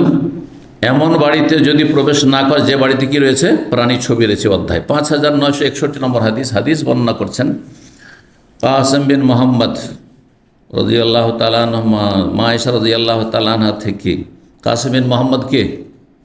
কাসেম বিন মোহাম্মদ বিন আবু বকর, আবু বকর সিদ্দিক রাদিয়াল্লাহু তাআলা ছেলে, ছোট ছেলে, সবচেয়ে ছোট ছেলে ছিল মোহাম্মদ বিন আবু বকর। নবী সাল্লাল্লাহু আলাইহি ওয়াসাল্লাম ইন্তেকালের সময় মাত্র কোলের ছেলে, ছোট ছেলে। তো তার ছেলে কাসেম বড় ইমাম ছিলেন, হ্যাঁ, তাবেঈনদের জামানায় খুব বড় মদিনার ইমাম ছিলেন। মা আয়েশা রাদিয়াল্লাহু তাআলা আনহাতে বর্ণনা করছেন, নবী সাল্লাল্লাহু আলাইহি ওয়াসাল্লাম সহধর্মিণী, আন্নাহা আখবারাতু, তিনি জানিয়েছেন, আন্নাহা ইশতারাত নমরুকাতান ফিহা তাসাবির, তিনি একটি গদি কিনেছিলেন, বসার জন্য একটা গদি কিনেছিলেন নবী সাল্লাল্লাহু আলাইহি ওয়াসাল্লামের জন্য, যাতে প্রাণীর ছবি ছিল। কি ছিল? প্রাণীর ছবি ছিল। ফালাম্মার রাসূলুল্লাহ সাল্লাল্লাহু আলাইহি ওয়াসাল্লাম মা আয়েশার বাড়িতে এসেছেন। মা আয়েশা ভেবেছেন যে নবী সাল্লাল্লাহু আলাইহি ওয়াসাল্লাম আসবেন, একটা ভালো জায়গাতে, ভালো এতে আসনে, ভালো গদিতে বসতে দেব, তো কিনেছিলেন তিনি। যখন দেখলেন কাম আল বাবে, নবী সাল্লাল্লাহু আলাইহি ওয়াসাল্লাম দরজাতে দাঁড়িয়ে গেলেন, ওখানে দাঁড়িয়ে গেলেন, আর ঢুকলেন না, দাঁড়িয়ে গেলেন। ফালাম ইয়াদখুল, প্রবেশ করলেন না। আরাফাত ফি ওয়াজহিল কারাহিয়া, মা আয়েশা রাদিয়াল্লাহু তাআলা নবী সাল্লাল্লাহু আলাইহি সাল্লামের মোবারক চেহারায় একটা ঘৃণা ভাব যে ফুটে উঠেছে, সেটা তিনি অনুভব করলেন, রেগে আছেন, হ্যাঁ, আর যেন খুব অসন্তুষ্ট, এটা তিনি অনুধাবন করলেন। ফাকালাত, বলে ইয়া রাসূলুল্লাহ, হে আল্লাহ রসুল। তাহলে স্বামীকে কি বলতেন? ইয়া রাসূলুল্লাহ, কারণ তিনি নবীর উম্মত, স্ত্রী হওয়ার সাথে কি নবীর, এবং নবী সাল্লাল্লাহু আলাইহি সাল্লামের নাম ধরে ডাকা কারোর জন্য জায়েজ ছিল না, কোরআনে নিষেধ করেছে আল্লাহ রাব্বুল আলামিন, লা তাজালু দুআ রাসূলি বাইনাকা দুআই বাযুকুম বাযা। এমনকি আল্লাহ রাব্বুল আলামিন নবীর নাম ধরে সম্বোধন করেননি কোথাও, এই আয়াতে কোরআনে। হাদিসে আছে, শাফাআতের হাদিস, ইয়া মুহাম্মদ ইরফা রাসাক, কিন্তু কোরআনের আয়াতে নবী সাল্লাল্লাহু, ইয়া আইয়ুহান নবিয়্যু, ইয়া আইয়ুহার রাসূল বাল্লিগ মা উনজিলা ইলাইক, এইভাবে আছে। সূরা তালাকের প্রথমে ইয়া আইয়ুহান ইযা তাল্লাকতুমুন নিসা, তাই না? ইয়া মুহাম্মদ কোথাও আছে কোরআনে? কোথাও নেই। এই জন্য সাহাবীরা ইয়া রাসূলুল্লাহ, ইয়া নবী আল্লাহ এভাবে বলতেন। যে সূরা মুহাম্মদ নাম থাকা আলাদা, হ্যাঁ, আর সম্বোধন করা আলাদা। আমি যখন সামনে নেই, আমার নাম বলছেন আপনারা, কিন্তু সামনে কি বলবেন আমার নাম ধরে? বলবেন না, তাই না? কমই লোক আছেন হয়তো, যদিও কোথায় আমি আর কোথায় নবী সাল্লাল্লাহু আলাইহি ওয়াসাল্লাম, তাই না? তো যেখানে একটা ওস্তাদের নাম আপনি সামনাসামনি বলছেন না, চোখের আড়াল ঠিকই বলছেন, চোখের আড়াল ঠিকই বলছেন। তো ঠিক ওই রকমের বিষয়টা। বাকি কোরআনে কারিমে আছে অন্য নবীর নাম আছে? সবচেয়ে শ্রেষ্ঠ নবী, শেষ নবীর পরে কে? হ্যাঁ, ইব্রাহিম আলাইহিস সালাম। ওয়ানাদাইনাহু আইয়া ইব্রাহিম, আল্লাহ বলছেন ইব্রাহিম আলাইহিস সালামকে ডাক দিলাম আমি, হে ইব্রাহিম কাদ সাদ্দাকতা রুয়া, তোমার স্বপ্নের সত্যায়ন করে, সত্য করে তুমি দেখিয়েছো যে তুমি ছেলেকে জবাই করেছো, জবাইয়ের কাজ হয়ে গেছে, আমি তোমার ছেলেকেও বাঁচিয়ে দিলাম, আর এখানে তোমার কুরবানি, হ্যাঁ, দুম্বা জবাই হয়ে গেল। কাদ সাদ্দাকতা ইয়া ইব্রাহিম, ইয়া মূসা ইন্নী আনা আল্লাহ, হে মূসা আমি আল্লাহ। তখন মূসা আলাইহিস সালামকে না আচ্ছা না কোরআনে কারিমে, ইয়া ঈসা ওয়াইজ কাল আল্লাহ ইয়া ঈসা বনা মারিয়াম, আল্লাহ বলবেন হে মারিয়াম পুত্র ঈসা, নাম ধরে ধরে। নবী ঈসা কোথাও আছে ইয়া মোহাম্মদ, কোরআনে আছে কোথাও? জি, লক্ষণীয় বিষয়টি। তো আল্লাহ রাব্বুল আলামিন রাসূলুল্লাহ সাল্লাল্লাহু আলাইহি ওয়াসাল্লামকে কত বড় মর্যাদা দিয়েছেন। এত বড় মর্যাদা থাকা সত্ত্বেও নবী সাল্লাল্লাহু আলাইহি ওয়াসাল্লাম আল্লাহর কোনো গুণে, হ্যাঁ, ভাগিদার, পার্টনার যদি কেউ বলে, হ্যাঁ, যে আল্লাহ আলেমুল গায়ব, নবীও আলেমুল গায়ব, আল্লাহ হাজির নাজির, নবীও হাজির নাজির, হ্যাঁ, আল্লাহ সব দিতে পারেন, দোজাহানের বাদশাহ, নবীও দোজাহানের বাদশাহ। আমাদের দেশে আছে যে নবীকে দোজাহানের বাদশাহ বলা যাবে? শিরক করে ফেলেন, আল্লাহর কোন নবীকে দিয়ে দিলেন, এটা চলবে না। এই জন্য আপনাকে কালেমাই শেখানো হয়েছে, আশহাদু আল্লা ইলাহা ইল্লাল্লাহ ওয়া আশহাদু আন্না মুহাম্মাদান আবদুহু ওয়া রাসূলুহু। আরে মুহাম্মদ সাল্লাল্লাহু আলাইহি ওয়াসাল্লাম যতই বড় হোক না কেন, আমাদের তুলনায়, মানব জাতির তুলনায়, সাহাবাদের তুলনায়, সবচেয়ে সমস্ত নবীদের তুলনায় সবচেয়ে বড় রসুল, হ্যাঁ, সবচেয়ে শ্রেষ্ঠ রসুল। কিন্তু আল্লাহর সামনে ওয়াশহাদু আন্না, সাক্ষ্য দিচ্ছি যে আন্না মুহাম্মাদান, মুহাম্মদ সাল্লাল্লাহু আলাইহি ওয়াসাল্লাম আবদুহু, আল্লাহর বান্দা। বান্দা মানে গোলাম, বান্দা মানে দাস, আল্লাহর গোলাম। আর গোলামকে কখনো মালিক, হ্যাঁ, পার্টনার করে না, গোলামকে গোলামই করতে হয়। বুঝা গেছে না? এই যে নবী সাল্লাল্লাহু আলাইহি সাল্লামের নামাজে কোনো ডিসকাউন্ট ছিল নাকি? মাফ ছিল। তাহলে সুফি পীররা, ভণ্ডরা যে বলে যে এক সময়, হ্যাঁ, রিয়াজত করতে করতে আর ইবাদতে ফানাফিল্লা হইতে হইতে যখন একবার আল্লাহ যখন বিলীন হয়ে যায়, তখন আর নামাজ রোজা থাকে না। সবচেয়ে বড় কুফরি কথা, ফেরাউনের চেয়ে বড় কুফরি কথা এটি। ফেরাউন এই কথা বলেনি, হ্যাঁ, ফেরাউন আল্লাহকে অস্বীকার করেছে, আল্লাহর ইবাদতকে অস্বীকার করেছে, কিন্তু এ কথা বলেনি যে এক সময় ইবাদত মানি, কিন্তু এক সময় ইবাদত করতে করতে এত সিনিয়র হয়ে যাবেন ফানাফিল্লা, আর নামাজ রোজা নেই, কিছু ধর্মকর্ম নেই। আস্তাগফিরুল্লাহ। এটা হচ্ছে সুফিজম। সুফিজমের, হ্যাঁ, আপনার বড় কুফুর একটি কথা, যাতে মানুষের ইসলামই থাকে না, ইসলামই থাকে না। আর সাধক হওয়া তো দূরের কথা। আর এই সুফিদেরকে, আমাদের সুফি সাধক, এরা সাধক, এরা পথভ্রষ্ট, এরা জাহান্নামে অসংখ্য মানুষকে নিয়ে গেছে, মাজার পূজায় লিপ্ত করেছে এই সুফিরা, জি, এই পীরেরা। জি, নাসআলুল্লাহ সালামাত ওয়াল আফিয়া, আল্লাহ হেফাজত করুন। তো নবী সাল্লাল্লাহু আলাইহি সাল্লাম দরজায় দাঁড়িয়ে গেলেন, আর বাড়িতে প্রবেশ করলেন না। নবী সাল্লাল্লাহু আলাইহি সাল্লাম চেহারা থেকে বুঝতে পারলেন, বললেন ইয়া রাসূলুল্লাহ আতুবু ইলাল্লাহি ওয়া ইলা রাসূলি, আল্লাহর কাছে আমি তওবা করছি এবং রাসূলুল্লাহ সাল্লাল্লাহু আলাইহি ওয়াসাল্লামের কাছে ভুল স্বীকার করছি। এখানে তওবা করা মানে আল্লাহর কাছে তওবা, মানুষের কাছে তওবা করবেন নাকি? কিন্তু মানুষের কাছে ভুল স্বীকার করবেন, যাই ভুল করেছি। জি, মাজা আজনাব, তো আমি তো বুঝতে পারলাম না কি পাপ করলাম, হ্যাঁ, মাজা আজনাব, তো কি পাপ করলাম। কালা মা বাল হাজিহ নমরকা, এই গদি তোমার বাড়িতে কেন? এই গদি কেন? প্রাণীর ছবি বিশিষ্ট গদি কেন?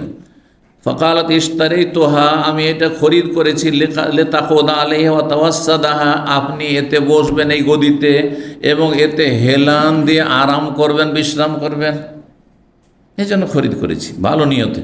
তাহলে নিয়ত ভালো হইলে আমল ভালো হয় না, ঠিক না? ফাকাল রাসূলুল্লাহ সাল্লাল্লাহু আলাইহি ওয়াসাল্লাম বললেন, ইন্না আসহাব হাযিহিস সুওয়ার, এই ছবিওয়ালারা, যারা ছবি অঙ্কন করেছে, ছবি নির্মাণ করেছে, তৈরি করেছে, তারা ইউআযাবুনা ইয়াউমাল কিয়ামাতি, কিয়ামতের দিনে তাদেরকে আযাব, শাস্তি দেওয়া হবে। ওয়ায়ুকাল লাহুম, তাদেরকে শাসানিমূলক ধমক দিয়ে বলা হয় আহিয়ু মা খালাকতুম, যা তোমরা বানিয়েছো তা জীবিত করো। এই যে ছবিগুলি তোমরা বানিয়েছো বা অঙ্কন করেছো বা নির্মাণ করেছো, প্রতিমূর্তি ভাস্কর্য, এতে কি করো? প্রাণ দাও। যারা ভাস্কর্য, যেসব নেতারা, যেসব শাসকরা এই ভাস্কর্য তৈরি করে বিভিন্ন জায়গায় স্থাপন করছে, তাদেরকে হাসর মাঠে আল্লাহ রাব্বুল আলামিন কঠিন শাস্তি দেবেন এবং তাদেরকে বলবেন, এতে যারা সহমত পোষণ করেছে, যারা এটাকে মেনে নিয়েছে, অবশ্য ঘৃণা থাকতে হবে এইসব পাপের ওপর। যদি ঘৃণা না থাকে তবে মেনে নিয়েছেন, যে আপনার নেতারা করেছে, আপনার দলের নেতা করেছে, নেত্রী করেছে, সেজন্য জায়েজ। যদি এটা মনে করেন তাহলে আপনাকেও কঠিন শাস্তি দেওয়া হবে, কারণ আপনি তাদের সাথে একমত পাপে। এবং তাদেরকে শাসানিমূলক আল্লাহ বলবেন আহিয়ু মা খালাকতুম, যা তোমরা এইসব স্ট্যাচু বানিয়েছিলে, ভাস্কর্য বানিয়েছিলে, এতে প্রাণ দাও, রো দাও, কত ক্ষমতা আছে, দিতেও পারবে না, আর শাস্তি চলতে থাকবে। ওয়াকাল, আর বললেন রয়েছে ইন্নাল বাইতাল্লাযী ফিহি সুওয়ার, যেই বাড়িতে প্রাণীর ছবি থাকে, লা তাদখুলুহুল মালায়েকা, সেই বাড়িগুলিতে ফেরেশতা প্রবেশ করে না। 96 নম্বর অধ্যায় বলছে বাবু মাল্লাহ আল মুসাউবির। এই অধ্যায় হচ্ছে কোনো ব্যক্তি যদি ছবি অঙ্কনকারী বা ছবি নির্মাণকারী, মূর্তি নির্মাণকারী, ভাস্কর্য নির্মাণকারীকে লানত করে, বদদুয়া দেয়, অভিশাপ দেয়, তো কেমন? এটা শরীয়ত, কারণ আল্লাহ লানত করেছেন, নবীও লানত করেছেন, সুতরাং আপনিও লানত করতে পারবেন। বোঝা গেছে না? জি। কিন্তু নাম ধরে নেয় আমাদের ক্ষেত্রে, নির্দিষ্ট করে নেয়, অনির্দিষ্ট। ছবি অঙ্কনকারীদের বা আল্লাহ লানত, চোরদের বা আল্লাহ লানত, কিন্তু নির্দিষ্ট লানত করা নিষেধ রয়েছে হাদিসে। কারণ হতে পারে যে এই লোকটি এখন গোমরা, হেদায়েত হয়ে যেতে পারে, আমরা জানি না, আল্লাহ জানেন, তাই না? সেই জন্য এই যে চোর, এই চোর, তুমি চোর, তোমার উপর আল্লাহ লানত, এটা জায়েজ না আমার জন্য, সতর্ক সাবধান। তাহলে ইসলামে কত সতর্কতা অবলম্বন শেখানো হয়েছে। জি। তো এই জন্য কোনো একজন যতই জাহান্নামে যাওয়ার কাজ কর, যতক্ষণ বেঁচে আছে, তুই জাহান্নামী, তুই ফেরাউন, এটা বলা যাবে না, জাহান্নামী বলা যাবে না। কারণ হতে পারে যে হেদায়েত আপনার চাইতে আগে জান্নাতে চলে গেল, এমন কিছু আমল করলো যেটা আপনি হয়তো 50-60 বছর করতে পারেননি, ও 2-4-10 দিনে এমন কিছু আমল করতে পেরেছে, আল্লাহ সন্তুষ্ট হয়েছে তাতে। কিন্তু যখন কাফের কুফুর অবস্থায় মরে গেল, তখন বলতে পারবেন যেই কাফের জাহান্নামী, কারণ কুফুরের ওপর মারা গেছে, আপনার চোখের সামনে কুফুরের ওপর মারা গেছে। মানে এখানে বলতে পারেন না যে আবু তালেব জান্নাতি না জাহান্নামী জানি না, বলতে পারবেন?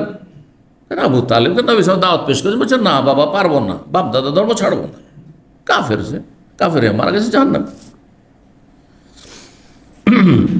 তো ছবি অঙ্কনকারীকে লানত করা সম্পর্কে 5962 নম্বর হাদিস বর্ণনা করছেন আওন বিন আবি জুহাইফা, তার পিতা আবু জুহাইফা সাহাবী থেকে, বলছে আন্না ইশতারা গোলামান হাজ্জামান, তিনি একজন গোলাম দাস খরিদ করেছিলেন, যে ছিল হাজ্জাম, মানে নাপিত। হাজ্জাম বলা হয় কাকে?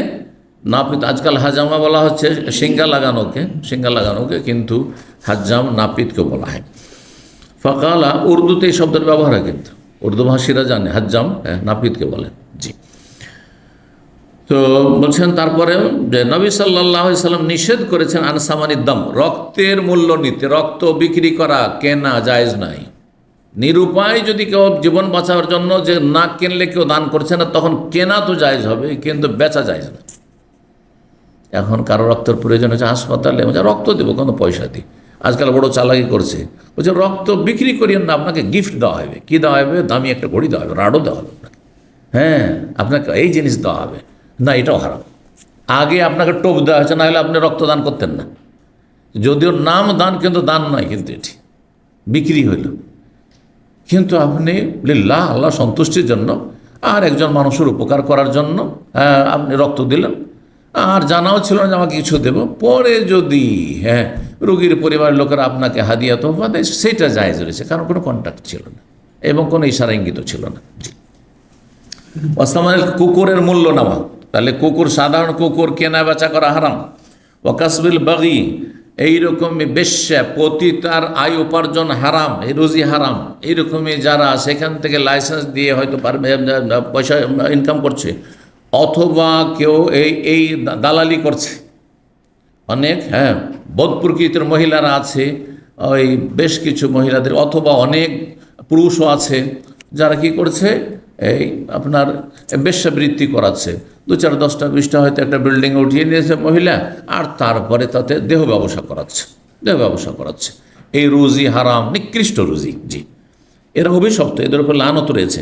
ও লানা আকেলারে বা সুদ খোরের উপর লানত করেছে। মুকেলা, যে সুদ খাওয়াবে, মানে সুদের ওপর টাকা নিয়ে আসবে, গরিব মানুষ অভাবে, তার ওপর লানত রয়েছে। ওয়াল ওয়াশেমা ওয়াল মোস্তাওশেমা। ওয়াশেম মানে কী বলেছিলাম? উল্কি লাগানো, ট্যাটু। যে উল্কি লাগাবে আর যে লাগিয়ে চাইবে, যে পেশা করে, ওভাবে লানত রয়েছে। ওয়াল মোসাউয়ের, এবং ছবি অঙ্কনকারী, ছবি নির্মাণকারী, ভাস্কর্য নির্মাণকারী, মূর্তি নির্মাণকারী, মূর্তি যারা তৈরি করে, সবার উপর লানত রয়েছে। জি, বিনা কারণে যারা ছবি তৈরি করে তাদের, তাহলে যাদের স্টুডিও আছে আর সব ধরনের ছবি করছে, এই রুজি হারাম এবং এদের উপর লানত রয়েছে। বিশেষ ছবি যে বিভিন্ন ডকুমেন্টের জন্য লাগছে, এতটা জায়েজ রয়েছে। অথবা দাওয়াতি ফায়দা রয়েছে, গতকালকে বিস্তারিত আলোচনা করেছি।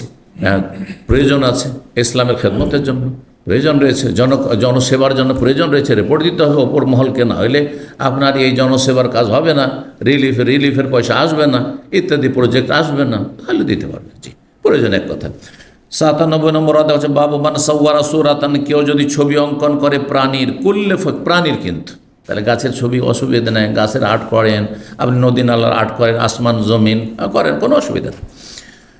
কোনো ব্যক্তি যদি প্রাণীর ছবি অঙ্কন করে, কুল্লেফা ইয়াউমাল কিয়ামা, তাকে আদেশ দেওয়া হবে আল্লাহর পক্ষ থেকে কিয়ামতের দিন, আইয়ান ফুখা ফিহার রূহ, এতে আত্মা সঞ্চার করে, রূহ দাও, রূহ ওয়ালাইসা বিনাফিখিন, কিন্তু আত্মা সঞ্চার করতে পারবে না, রূহ ফুঁকতে পারবে না, এটি আল্লাহর কাজ।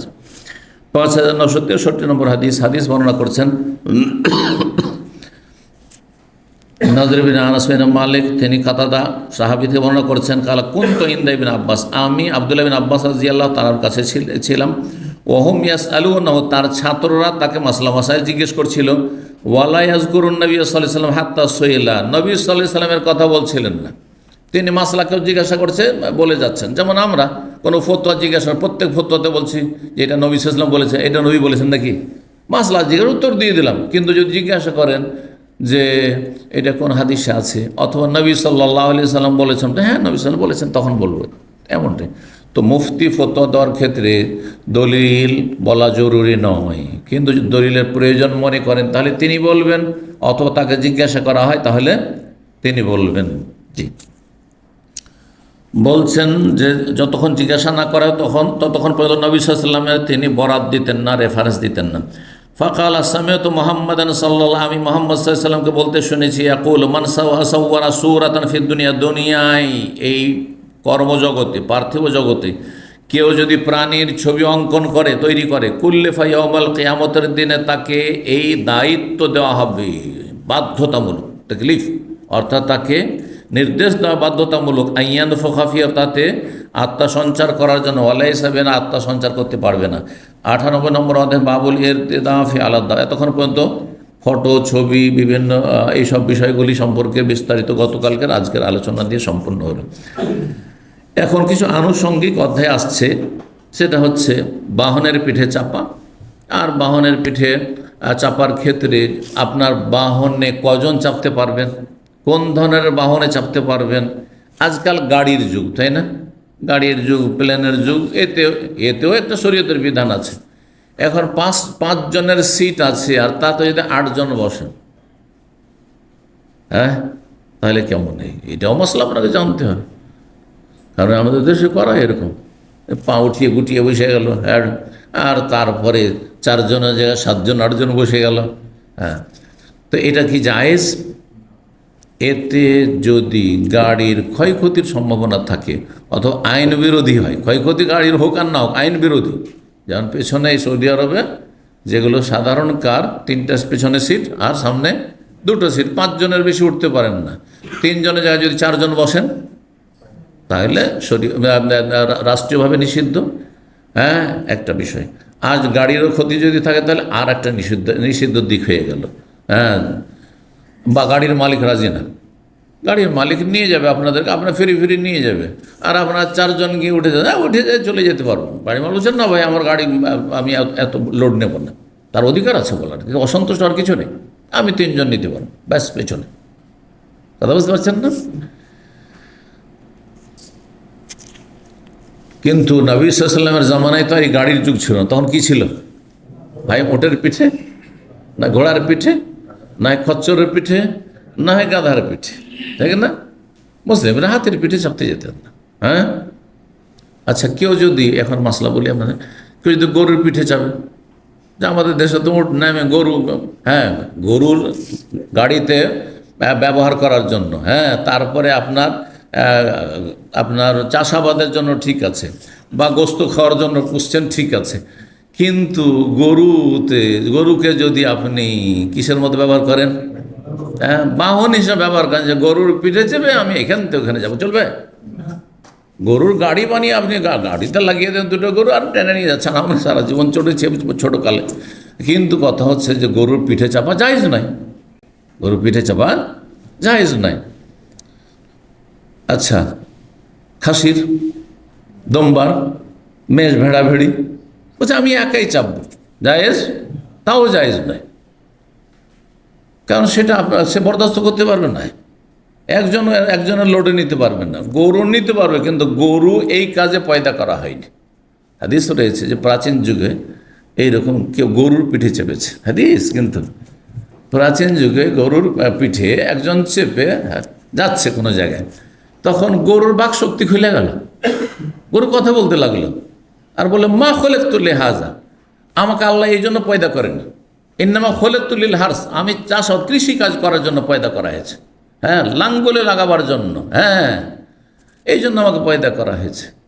এই ঘটনা বর্ণনা করার, প্রাচীন যে ঘটেছে বর্ণনা করার পরে নবী সাল্লাল্লাহু আলাইহি ওয়াসাল্লাম বলছেন যে আমি এটা বিশ্বাস করি, আবু বকরও বিশ্বাস করে, ওমরও বিশ্বাস করে। অথচ সেখানে আবু বকর নেই, ওমর নেই। হাদিস শুনেছেন না শোনেন নাই? কি বোঝা গেল? তাহলে বোঝা গেল গরুর পিঠে চাপা জায়েজ নয়, ঠিক না? আচ্ছা, ঠিক আছে, আপনি তাহলে উটের পিঠে চাপবেন, কিন্তু যদি 10 জন চেপে যান, হ্যাঁ, চিন্তা করতে হবে। গাধার পিঠেই চাপলেন, আর গাধা হয়তো 3 জনের বহন নিতে পারবে, 3 জনকে নিতে পারবে, কিন্তু আপনি যদি 4 জন 5 জন চেপে যান, চলবে? চলবেন না। এখান থেকে আর একটা মশলা জানে, আজকাল লিফটের যুগ। কিছু লোক জান না, এখানে এসে সোরা শিখেছেন, তাড়াতাড়ি আমাকে তাড়াতাড়ি যেতে হবে, তাড়াতাড়ি যেতে হবে। আরে 6 জন নিতে পারবে, লেখা 6 জন বা 7 জন, বা 7 জনও হয়নি, কারণ একজন অনেকে আছে যে 1 জন 2 জনের সমান বা 1.5 জনের সমান। তো জানেন 5 জন 6 জন হয়েছে, ওতেই রেড সিগন্যাল দিয়ে দিচ্ছে, সাউন্ড করা শুরু করেছে। তারপর বলছে না, চলে যায়, কিছু হবে না, চলে যায়, কিছু হবে না। জায়েজ? না জায়েজ কাজ করছেন আপনি, জায়েজ না। অতিরিক্ত লোড জায়েজ নাই। এই মশলাগুলি হাদিস থেকে ইস্তেমবাদ করতে হবে আপনাকে। জি, যেই পশুর পিঠে চাপা যায় সেটার উপরে চাপবেন, কিন্তু যতটা লোড নিতে পারে ততটাই লোড দিতে পারে, তার বেশি জায়েজ নয়। জি। আচ্ছা, আমাদের দেশের ট্রাকগুলিতে মালবাহী যেসব আপনার ট্রাক, সেগুলোতে কি করে? এত নাজায়েজ কাজ করে, সরকার পারমিশন নেই, কিন্তু ঘুষ দিয়ে কোথাও ধরলো পুলিশে, ঘুষ দিয়ে দিল, আর এত বেশি লোড চাপিয়ে দিয়েছে যে অ্যাক্সিডেন্টের খুবই বেশি দুর্ঘটনার সম্ভাবনা। জায়েজ না, এটা শরীয়তে হারাম যেগুলো কাজ। তো এই একটি হাদিস থেকে, এই ধরনের হাদিসগুলি থেকে আপনি বহু মাসাইল ইস্তেমাদ করতে পারবেন। নিত্য নতুন যুগে নতুন নতুন সমস্যা আসবে, কিন্তু সমাধান মজুদ রয়েছে 1400 বছর আগে থেকে। জি, বলছেন 98 নম্বর বাবুল ইরতিদাফ আলাদ দাব। এই অধ্যায় হচ্ছে কোন বাহন, জীবজন্তু, কোন জন্তু বাহনের পিঠে নিজে বসে আপনার পেছনে কাউকে বসানো, এটা জায়েজ কিনা? জায়েজ আছে, কিন্তু কতটা? যতটা লোড নিতে পারবে। এই হোন্ডার কথা বলি, মোটর সাইকেলে কজন ওঠানো যাবে? 2 জন, না খুব বেশি যদি 3 জন, যদি আপনার গাড়ি ওইরকম হয়, হেভি হয়, কিছু মোটরসাইকেল আছে হেভি আছে, তো সেটা চলতে পারে। কিন্তু 5 জন 7 জন ঝুলছে, 2-3টা বাচ্চা নিয়ে সামনে, আর পিছনে, আর এমন অবস্থা, একটু ঠোকার ওপরে একটু অ্যাক্সিডেন্ট হলে গেল, সব দুর্ঘটনা ঘটছে। জায়েজ না? না জায়েজ কাজ, এটা জায়েজ নয়। জি, 5964 নম্বর হাদিস বর্ণনা করেছেন ওসামা বিন যায়েদ রাদিয়াল্লাহু তাআলা আনহুমা, বলছেন আন্না রাসূলুল্লাহ রাকিবা আলা হিমারিন, রাসূলুল্লাহ সাল্লাল্লাহু আলাইহি ওয়াসাল্লাম একবার গাধার পিঠে চেপেছেন। আর আলা একাফিন, গাধার পিঠে একটি গদি ছিল, আলাইহি, ওই গাধার পিঠে কাতিফাতুন, একাফিন কাতিফাতুন ফেদাকিয়াতুন, ফেদাক নামক স্থানে তৈরিকৃত একটি কাপড়ের তৈরি করা সেই গদিটি, গদিটি মোটা গদি ছিল। আর তার উপর যে কভার ছিল সেটি ছিল ফেদাক নামক এলাকায় একটি বিশেষ কাপড় তৈরি হতো, সেই কাপড়ের কভার তার উপর ছিল। ফেদাক আপনার যে খাইবার, মদিনা থেকে 170 কিলোমিটার দূরে, ওই দিকে একটি জায়গা রয়েছে ফেদাক, যেখানে নবী সাল্লাল্লাহু আলাইহি ওয়াসাল্লাম জিহাদের জন্য গিয়েছেন। ওয়ারদাফা ওসামা তাওয়ারাহু, ওসামা বিন যায়েদ রাদিয়াল্লাহু তাআলা আনহুমাকে তিনি তার পিছনে বসিয়েছিলেন। তাহলে বুঝা গাধার পিঠে একজন চেপে আর একজনকে পেছনে ওঠানো জায়েজ রয়েছে। 99 নম্বর আয়াতে হচ্ছে বাবু সালাসালাত, এই অধ্যায় হচ্ছে তিনজন যদি কোনো বাহনে চাপে, দুজনের তো হাদিস পেলেন যে ওসামাকে রেখেছেন নবী সাল্লাল্লাহু আলাইহি ওয়াসাল্লাম, কিন্তু তিনজন যদি চাপে, যদি আপনার বাহন লোড নিতে পারে তো জায়েজ, আর যদি সরকারি আইনে কোনো বাধা নিষেধ না থাকে তো জায়েজ। জি। ইবনে আব্বাস রাদিয়াল্লাহু তাআলা বলেন, লাম্মা কাদিমান নবী সাল্লাল্লাহু আলাইহি ওয়াসাল্লাম মক্কাতা, যখন নবী সাল্লাল্লাহু আলাইহি ওয়াসাল্লাম মক্কায় আসলেন, মক্কা বিজয়ের বছর, মক্কা বিজয় হলো, ইস্তাকবালাহু ওগাইলামাতু বানি আব্দুল মুত্তালিব গোত্রের বেশ কিছু কচি কাচারা বালকরা নবী সাল্লাল্লাহু আলাইহি ওয়াসাল্লামকে অভ্যর্থনা জানালেন, হ্যাঁ, স্বাগতম জানালেন। তারা সব যুবক ছেলেরা বা নাবালক ছেলেরা দৌড় দিয়ে ছুটে গেছে যে আমাদের বংশের, আমাদের গোত্রের, কারণ আব্দুল মুত্তালিব নবী সাল্লাল্লাহু আলাইহি ওয়াসাল্লামের দাদা, তো সেই বংশের সেই গোত্রের যারা নিকট আত্মীয় ছেলেরা, তারা নবী সাল্লাল্লাহু আলাইহি ওয়াসাল্লামকে সাদর সম্ভাষণে তারা বরণ করছিলেন। ওই সময় ফাহামাল ওয়াহিদান বাইনা ইয়াদাইহি, সেই সময় তাদের একজনকে সামনে বসিয়ে নিলেন, নবী সাল্লাল্লাহু আলাইহি ওয়াসাল্লাম উটের পিঠে ছিলেন, একজনকে সামনে বসিয়ে নিলেন, ওয়া আখারা খালফ, আরেকজনকে পেছনে বসিয়ে নিলেন। উট যেহেতু শক্তিশালী, উটের পিঠে তিনজন বসেছেন, অসুবিধা নেই। তিনজন হয়তো চারজন হয়তো অসুবিধা হবে না, কিন্তু বসার জায়গা থাকতে হবে। এমন ঝুঁকিপূর্ণ বসতে হবে না যে অ্যাক্সিডেন্ট হয়ে যায়, ওটা চলবে না। হয়তো উঠে সে বহনটা নিতে পারবে, তিনজনের বেশি, চারজন পাঁচজন, কিন্তু বসার জায়গা নেই, এমনভাবে বসে আছেন যে একটুতে পড়ে যেতে পারেন, অ্যাক্সিডেন্ট হতে পারে। তো এইরকম আপনাকে বাহনের ক্ষেত্রে ওটাই চিন্তা করতে হবে। 100 নম্বর অধ্যায় বাবু হামলে সাহেবের দাব্বা গায়রাহু বাইনা ইয়াদাইহি, এই অধ্যায় হচ্ছে যদি বাহনের মালিক অন্য কাউকে বহন করে উঠিয়ে নেয় নিজের বাহনে সামনে, মানে এমন কি জরুরি যে যার বাহন সে সামনে বসবে আর বাকিরা পিছনে বসবে না, সামনে বসাতে পারবে। মানে আপনি মোটরসাইকেল চালাচ্ছেন আর আপনি কি করলেন, সামনে একজনকে বসিয়ে নিয়েছেন, কোলে বসিয়ে নিয়েছেন, আর বসাতে কোনো রিস্ক নেই, দুর্ঘটনার কোনো আশঙ্কা নেই। তো এটা জায়েজ না কি গাড়িওয়ালাকে বা বাহনওয়ালাকেই সামনে বসতে হবে? একটি হাদিস রয়েছে যে বাহনওয়ালা সামনে বসার অধিকার বেশি রাখে, বাহনওয়ালা সামনে বসার অধিকার বেশি রাখে, কিন্তু যদি সে অনুমতি দেয় তাহলে জায়েজ আছে। এখন এটা কারের উপরে ফিট করেন, ধরেন একজনের গাড়ি আছে আর কয়েকজন তার সাথে ফ্রি বা পয়সা দিয়ে চাপলো, ধরেন ভাড়া দিয়ে চাপলো, তখন অন্যরা যারা চাপলো তাদের কাছেও ড্রাইভিং লাইসেন্স আছে, বলছে ভাই গাড়ি আমি চালাচ্ছি। তখন যে গাড়ির মালিক সে বলে যে ঠিক আছে আপনার গাড়ি চালান, আমি পিছনে বসে গেলাম, পিছনের সিটে বসলাম, এটা জায়েজ কিনা? জায়েজ আছে। কিন্তু যদি না আমি সামনে বসবো, হ্যাঁ আমি গাড়ির মালিক, আমি সামনে বসবো, তুমি গাড়ি চালাও আর আমি সামনে বসবো আর বাকিরা অন্যরা পেছনে বসু, তো এটা তার অধিকার, কারণ গাড়ির মালিক সামনে বসবে, এটি অধিকার, এই বিষয়টি আসছে। ওয়াকালা বাযুহুম, বলছেন যে কিছু উলামায়ে কেরাম, কতিপয় উলামায়ে কেরাম বলেছেন, আর বাযুহুম বলে ইমাম বুখারী রাহিমাহুল্লাহ একজন বড় ইমামের দিকে তিনি ইঙ্গিত করেছেন, যার কথা অন্য জায়গায় স্পষ্ট হয়েছে। মুসান্নাফ ইবনে আবি শাইবাতে বিষয়টি স্পষ্ট রয়েছে। তিনি ছিলেন ইমাম আমের আশ-শাবি, ইমাম শাবি রাহিমাহুল্লাহ। ইমাম শাবি রাহিমাহুল্লাহ তার অনেক অনুসারী ছিল এক সময়। কিছু কিছু বড় বড় ইমামরা তাদের অনুসারী থেকে গেছে, আবু হানিফা, শাফি, মালিক, আহমদ এদের অনুসারী থেকে গেছে। অনেক ইমাম ছিলেন তাদেরও এরকম অনুসারী ছিল তাদের জীবদ্দশায়, তারপরে ধীরে ধীরে যুগের আবর্তন বিবর্তনে তারা শেষ হয়ে গেছে। তো তিনি কি বলেছেন? সাহেবুদ দাব্বাতে আহাক্কু বিসাদরিদ দাব্বা, যিনি বাহনের মালিক, উটের মালিক, গাধার মালিক, খচ্চরের মালিক, ঘোড়ার মালিক, তিনি সামনে বসার বেশি অধিকার রাখেন, তিনি সামনে বসবেন। ইল্লা ইয়াজান আল্লাহ, তবে যদি তিনি অনুমতি দেন। ঘোড়া আপনার ঘোড়ার সামনে আপনি বসবেন, আপনার যেহেতু ঘোড়া, আর পিছনে অন্যরা বসবে। কিন্তু যদি বলেন যে না, আমি পিছনে বসছি, তুমি সামনে বসো ঘোড়ার ওপরে বা আপনার উটের ওপর, তো অসুবিধা নেই, জায়েজ আছে। ইমাম বুখারী রাহিমাহুল্লাহ শুধু একজন ইমামের উক্তি নকল করছেন, অথচ এই মর্মে একটি হাদিস রয়েছে। এই মর্মে একটি হাদিস মুসনাদ আহমদে আছে, আবু দাউদে আছে, হাদিসটি তিরমিজিতে আছে। আল্লাহ হাদিসটিকে সহিহ বলেছেন। হাদিসটি শোনায় আপনাদেরকে। আব্দুল্লাহ বিন বুরাইদা রাদিয়াল্লাহু তাআলা আনহু বর্ণনা করছেন তার পিতা থেকে, যে আমি আব্বা থেকে শুনেছি, বাইনামা রাসূল ইয়ামশি, একবার রাসূলুল্লাহ সাল্লাল্লাহু আলাইহি ওয়াসাল্লাম হাঁটছিলেন, জাআহু রাজুলুন মাহু হিমার, একজন লোক তার গাধা নিয়ে আসলো, এসে বলল ইরকাব ইয়া রাসূলুল্লাহ, হে আল্লাহ রাসূল, আপনি চড়ে নেন, আমার গাধার পিঠে আপনি চেপে যান। ওয়া তাআখারা রাজুল, সেই লোক তখন পিছনে সরে গেল। সে লোক কী করলো?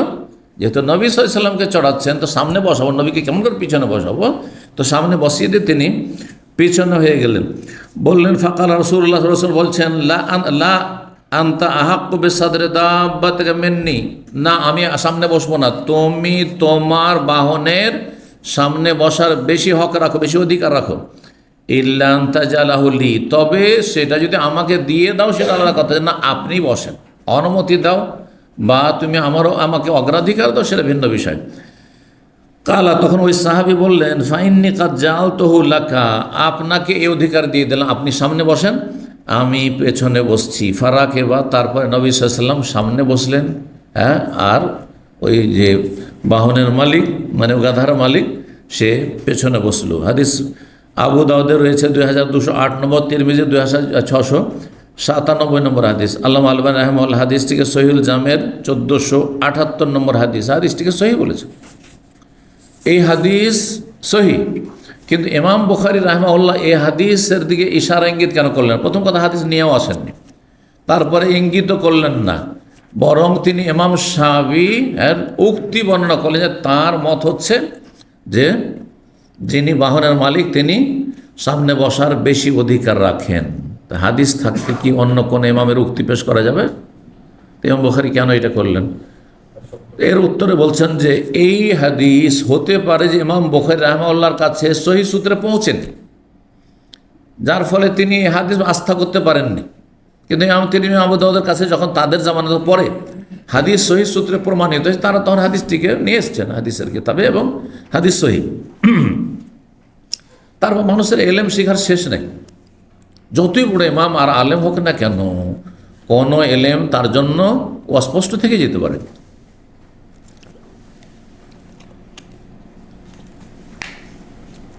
আমরা এত কিছু জানার পরেও হতে পারে যে আমার এক ছাত্র এমন একটা কথা মনে রেখেছে সেটা আমার মনে নেই, তাই না? হতে পারে এটা। তো 5966 নম্বর হাদিস, হাদিস বর্ণনা করছেন আইয়ুব, তিনি বলছেন জোকেরা শাররুস সালাস ইনদা ইকরামা, ইমাম ইকরামা বা তাবি ইকরামার কাছে তিনজনের মধ্যে কে বেশি খারাপ, তিনজনের মধ্যে কে বেশি খারাপ এর কথা উল্লেখ করা হইল। ফাকাল কালা ইবনে আব্বাস, আব্দুল্লাহ বিন আব্বাস রাদিয়াল্লাহু তাআলা বলেন আতা রাসূলুল্লাহ সাল্লাল্লাহু আলাইহি ওয়াসাল্লাম, একবার রাসূলুল্লাহ আসলেন, ওয়াকাদ হামালা কোসাম বাইনে ইয়াদাইহি, বাহনের পিঠে উটের পিঠে চেপে আছেন, সামনে কোসামকে বসিয়েছেন, চাচাতো ভাই কোসাম বিন আব্বাস, আব্বাসের ছেলে, আর ফজল বিন আব্বাস আর এক চাচাতো ভাই ফজল বিন আব্বাস, আব্দুল্লাহ বিন আব্বাসের আরও দুই ভাই, একজন নাম কোসাম আর একজনের নাম হচ্ছে ফজল। এই ফজল বিন আব্বাসকে পেছনে বসালেন, অথবা বর্ণনাকারী সন্দেহ এর বিপরীত, কোসামকে পিছনে বসালেন আর ফজল বিন আব্বাসকে সামনে বসালেন।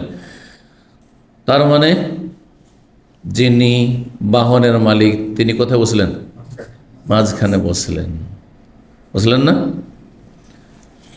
তো ইকরামার সামনে কেউ উল্লেখ করেছিল যে না, কেউ যদি বাহনের মালিকের সামনে বসে তাহলে সে মন্দ মানুষ, খারাপ লোক, খারাপ লোক।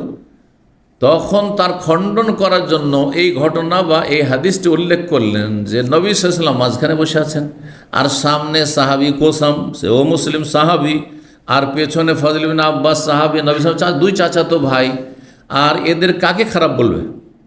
হ্যাঁ, কাকে খারাপ বলবে? কেউ খারাপ? তিনজনের কেউ তো খারাপ না। তাহলে এই কথা যে মন্তব্য কেউ করেছে যে যেই ব্যক্তি বাহনের মালিকের সামনে বসবে সে খারাপ মানুষ, কিন্তু বিনা অনুমতিতে বসা ঠিক না, যেমনটা বললাম এই হাদিস, বিনা অনুমতিতে বসা ঠিক নয়।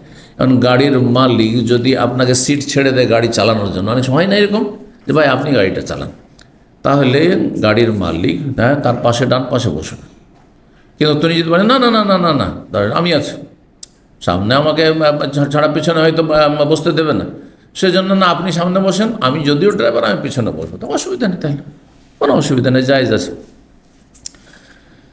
101 নম্বর অধ্যায় বাবু ইরদাফির রাজুলে খালফার রাজুল। এই অধ্যায় হচ্ছে কোনো পুরুষ ব্যক্তি অন্য কোনো পুরুষ ব্যক্তিকে পেছনে বসাতে পারে। 5967 নম্বর হাদিস। শুধু বাচ্চাদেরকে বসাবে, নাবালককে নাই, কারণ আগের হাদিসগুলোতে এরা বাচ্চা ছিল, ওসাম ইবনে আব্বাস বা ফজল বিন আব্বাস, এরা হয়তো নাবালক ছিল বা যুবক ছিল, কিন্তু বড় মানুষকেও পিছনে বসাতে পারে। মালিক রাদিয়াল্লাহু বর্ণনা করেছেন মুআয বিন জাবাল থেকে, বলছেন বাইনা আনা রাদিফুন নবী, আমি নবী সাল্লাল্লাহু আলাইহি ওয়াসাল্লাম পেছনে বসেছিলাম। কে? মুআয বিন জাবাল, প্রখ্যাত সাহাবী। নবী সাল্লাল্লাহু আলাইহি ওয়াসাল্লাম সামনে বসে আর পিছনে উটের পিঠে বসেন। লাইসা বাইনি ওয়া বাইনহু ইল্লা আখিরাতুর রাহলে, আমার মাঝে আর তার মাঝে উটের আসনের পিছনে যে একটি ছোট্ট কাঠ থাকে দাঁড় করানো একটু সাপোর্টের জন্য, সেটা ছাড়া আর কিছু ছিল না। নবী সাল্লাল্লাহু আলাইহি ওয়াসাল্লাম এবং তার পিছনে যে বসেছেন কে? মুআয বিন জাবাল, মাঝখানে কিছু একটি কাঠ ছিল।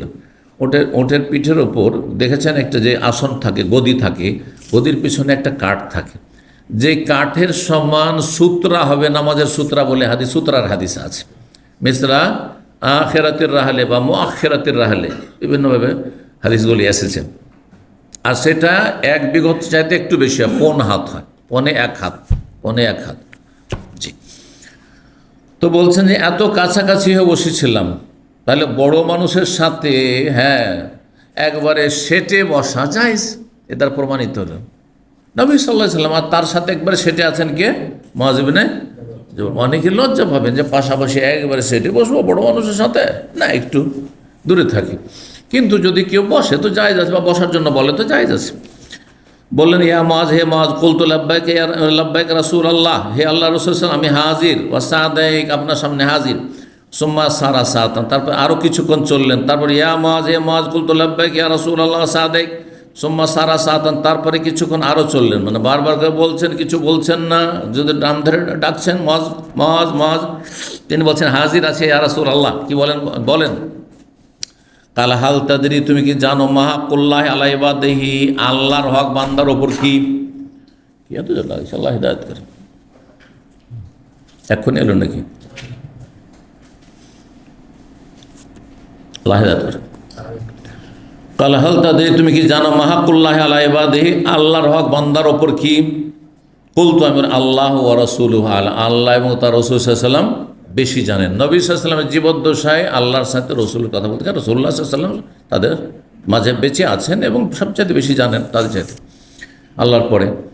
কিন্তু নবী সাল্লাল্লাহু ইন্তেকালের পরে কেউ বলতেন না। এই জন্য এখন যদি আপনাকে কোনো কথা জিজ্ঞাসা করা হয়, এটা বলেন তো এই বিষয়টা, তো কী বলবেন? আল্লাহ আলম, আল্লাহ বেশি জানেন।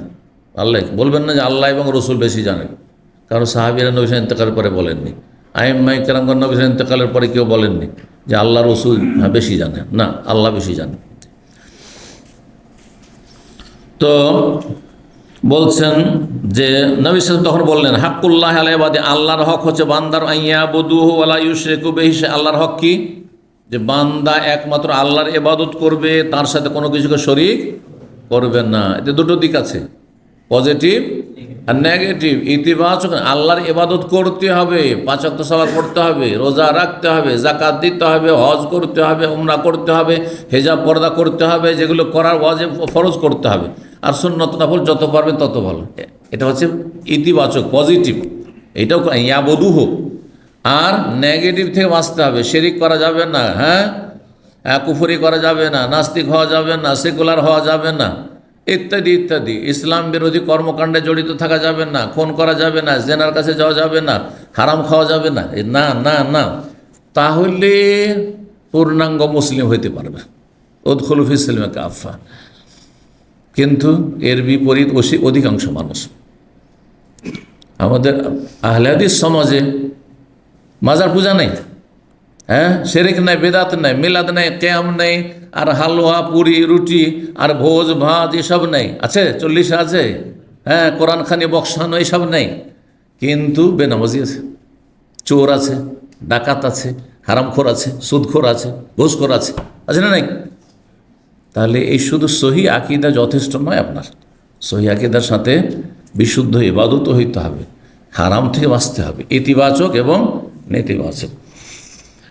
আমরা যারা শিরিক করে, মাজার পূজা করছে, মিলাদ করছে, কিয়াম করছে, বেদাত করছে, হ্যাঁ, শবে বরাত করছে, কিন্তু তার সাথে তাহাজ্জুদ, ফরজ তো ছাড়ে না, নফল চাস্তের নামাজ পড়ছে, আরে নামাজের শেষ নেই, নফল রোজা সোমবার বৃহস্পতিবার রোজা রাখছে, আর হেজাব একটা আঙ্গুল পর্যন্ত কেউ জীবনে দেখেনি, হ্যাঁ, চোখ পর্যন্ত দেখতে পায়নি, খুব পর্দা করছে, কিন্তু শিরকি আকীদা, মাজার পূজার আকীদা।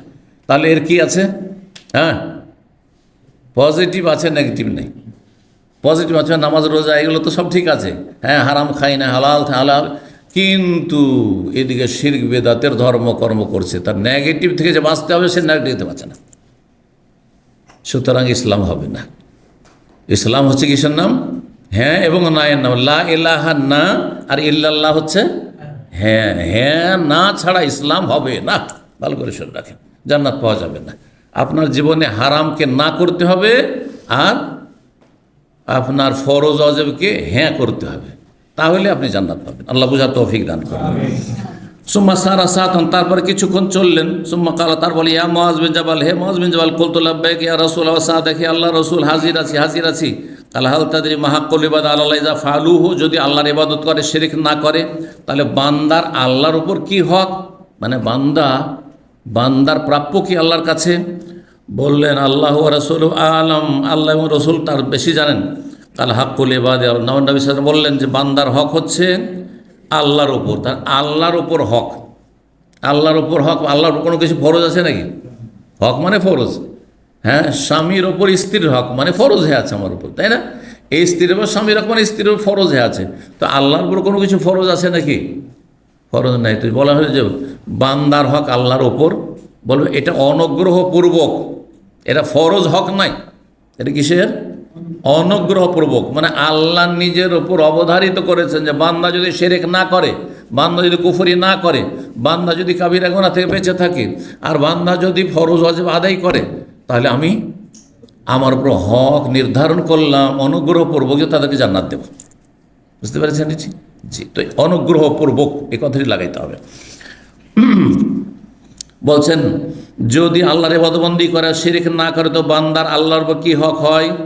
বললেন আল্লাহ ওয়া রাসূল আলাম। তখন নবী সাল্লাল্লাহু আলাইহি ওয়াসাল্লাম বললেন হাক্কুল ইবাদি আলাল্লাহ, বান্দার হক হচ্ছে আল্লাহর উপর, আল্লাহ ইউআযিবাহুম, আল্লাহ এদেরকে আযাব দেবেন না। তাদেরকে? যারা শিরক করে না আর যারা ফরজ ওয়াজিব আদায় করে তাদেরকে। 102 নম্বর অধ্যায় পাবো ইরদাফিল মারআতি খালফার রাজুলি যা মাহরাম। এই অধ্যায় হচ্ছে কোনো মহিলাকে যদি বাহনের পেছনে বসান, এমন পুরুষের পেছনে, পুরুষ বাহনের ওপর একজন পুরুষ আছে, আর মহিলাকে যদি বসান এমন পুরুষের পেছনে যা মাহারাম, যিনি ওই মহিলার মাহারাম। স্বামী স্ত্রীকে যদি মোটরসাইকেলে নিয়ে চলাফেরা করে, তো নাজায়েজের কিছু আছে নাকি? হ্যাঁ, তো নাজায়েজ নেই। কারে পাশে নিয়ে চলাফেরা করছে, কোনো অসুবিধা আছে নাকি? আচ্ছা, বাবা যদি মেয়েকে নিয়ে, সাবালিকা মেয়েকে নিয়ে, ভাই যদি বোনকে নিয়ে, হ্যাঁ, মোটরসাইকেলে চাপে, জায়েজ কি না? জায়েজ রয়েছে। ফিতনার আশঙ্কা যদি যেন না থাকে। এরকমই চাচা মাহারাম, আপন মামা বা বৈপিতৃ মাহারাম, কিন্তু চাচা তো মামা, চাচা তো চাচা, হ্যাঁ হ্যাঁ, চাচা তো ভাই, মামা তো ভাই, খালাতো ভাই, ফুফাতো, এরা মাহারাম নাই। শুধু তাদের সাথে মোটরসাইকেলে চাপা জায়েজ নয়।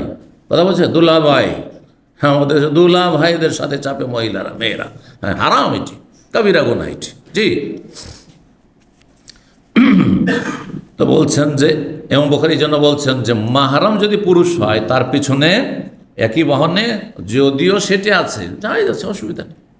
বাপ আর মেয়ে, দুই ভাই বোন চেপে আছে, আর মোটরসাইকেলে চেপে আছে, আর মোটরসাইকেল চলার সময় গায়ে গা লাগছে, অসুবিধা নেই। জি, কিন্তু একটি কথা মনে রাখবেন, যদি দেখেন যে আমার আপন ভাই, কোনো মহিলা যদি দেখেন, অনুভব করেন আমার ভাই, মায়ের পেটের ভাই, কিন্তু এর নজর খারাপ, বদচরিত্রের, হ্যাঁ, তাহলে তার সাথে সফর করা জায়েজ নাই, তার গাড়িতে যাওয়া জায়েজ নাই, তার সাথে নির্জনতা জায়েজ নাই। এবার বুঝতে পেরেছেন? মানে ফিতনা থেকে বাঁচতে হবে। এমনকি বাপের ক্ষেত্রে আল্লাহ এইসব অঘটন ঘটে না? হ্যাঁ, কিছু বিকৃত প্রকৃতির খবিস আছে, হ্যাঁ, যাদের অনিষ্ট থেকে মেয়েও নিরাপদ নেই।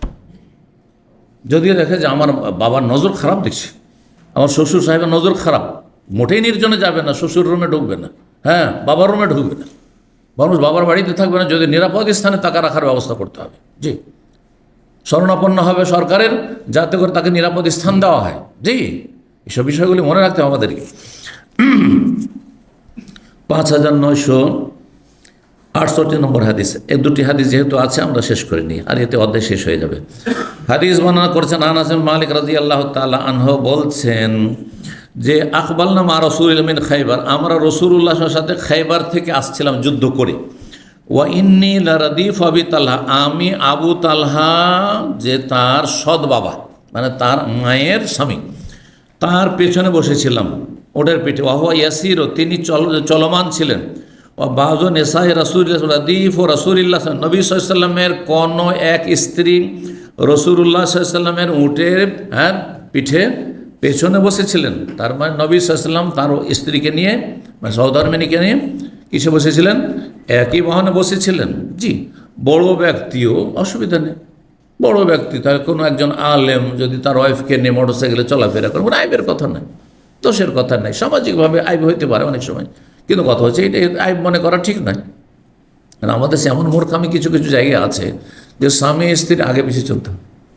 একসময় তো কঠিন ব্যাপার ছিল, পাশাপাশি চলবে, হাত ধরা তো দূরের কথা, হাত ধরে স্ত্রীকে নিয়ে গ্রামে যান, তো এখনও মেলা গ্রাম আছে যে আপনি সেখানে মুখ দেখাইতে পারবেন না। আপনি কত বেহায়া লোকজি, হ্যাঁ, কত নির্লজ্জ, স্ত্রীর হাত ধরে চলাফেরা করছে। কিন্তু শালি যদি দুলাভের হাত ধরে হাঁটে, তাতে আবার কোনো অসুবিধা নেই। হ্যাঁ, কত বিকৃত সমাজ আসলে, কত মূর্খ সমাজ আসলে। জি, তো বলছেন যে রাসূলুল্লাহ সাল্লাল্লাহু আলাইহি ওয়াসাল্লামের কোনো এক সহধর্মিণী রাসূলুল্লাহ সাল্লাল্লাহু আলাইহি ওয়াসাল্লামের পেছনে বসেছিলেন। ইজ আসারাতেন নাকাত, হঠাৎ করে সে উষ্ট্রি, যে বাহনটি নবী সাল্লাল্লাহু আলাইহি ওয়াসাল্লাম, সেটি হোঁচট খেয়ে যায়, হোঁচট খেয়ে পড়ে। ফাকুলতু, তখন আমি বললাম, আনাস বলছেন, আলমার আতু, আরে মহিলা মহিলা মহিলা, আজ পড়ে যাবে, মহিলা পড়ে যাবে। ফানাজাল, তো আমি তাড়াতাড়ি করে নেমে গেছি।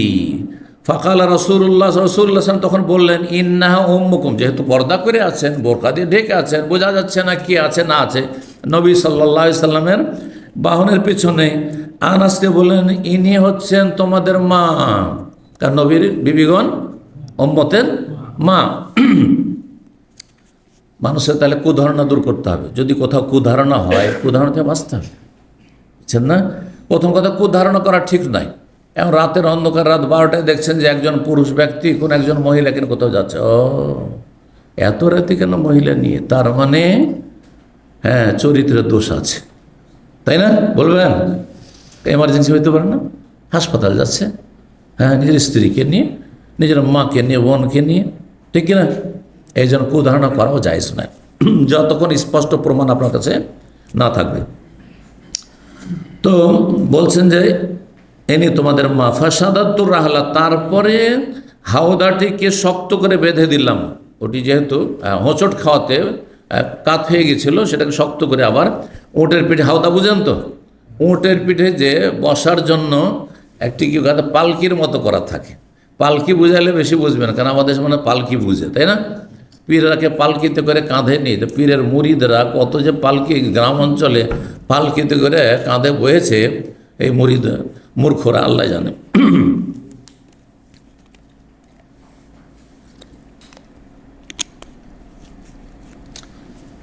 বলছেন ওয়ারাকিবা রাসূলুল্লাহ সাল্লাল্লাহু আলাইহি ওয়াসাল্লাম বাহনে চাপলেন। ফালাম্মা দানা ওরা আল মদিনা, যখন মদিনার কাছাকাছি হলেন, অথবা মদিনা যখন নজরে আসলো, দেখতে পাচ্ছেন, তখন এই দোয়াটি পড়লেন। তাহলে বাড়ি ফেরার সময় যখন আপনার গ্রাম নজরে পড়বে, হ্যাঁ দেখতে পাবেন, তখন এই দোয়াটি পড়া সুন্নত। ফিরে এসে দাম্মামে থাকেন, বসবাস করেন, আর কোনো জায়গা থেকে আসছেন দাম্মামে ঢুকছেন, তখন এই দোয়াটি পড়বেন। আয়েবুনা তায়েবুনা আবেদুন রব্বেনা হামেদুন। আয়েবুনা মানে আমরা ফিরে আসছি, তায়েবুনা মানে আল্লাহর কাছে ফিরে আসছি, আল্লাহর কাছে তওবা করছি।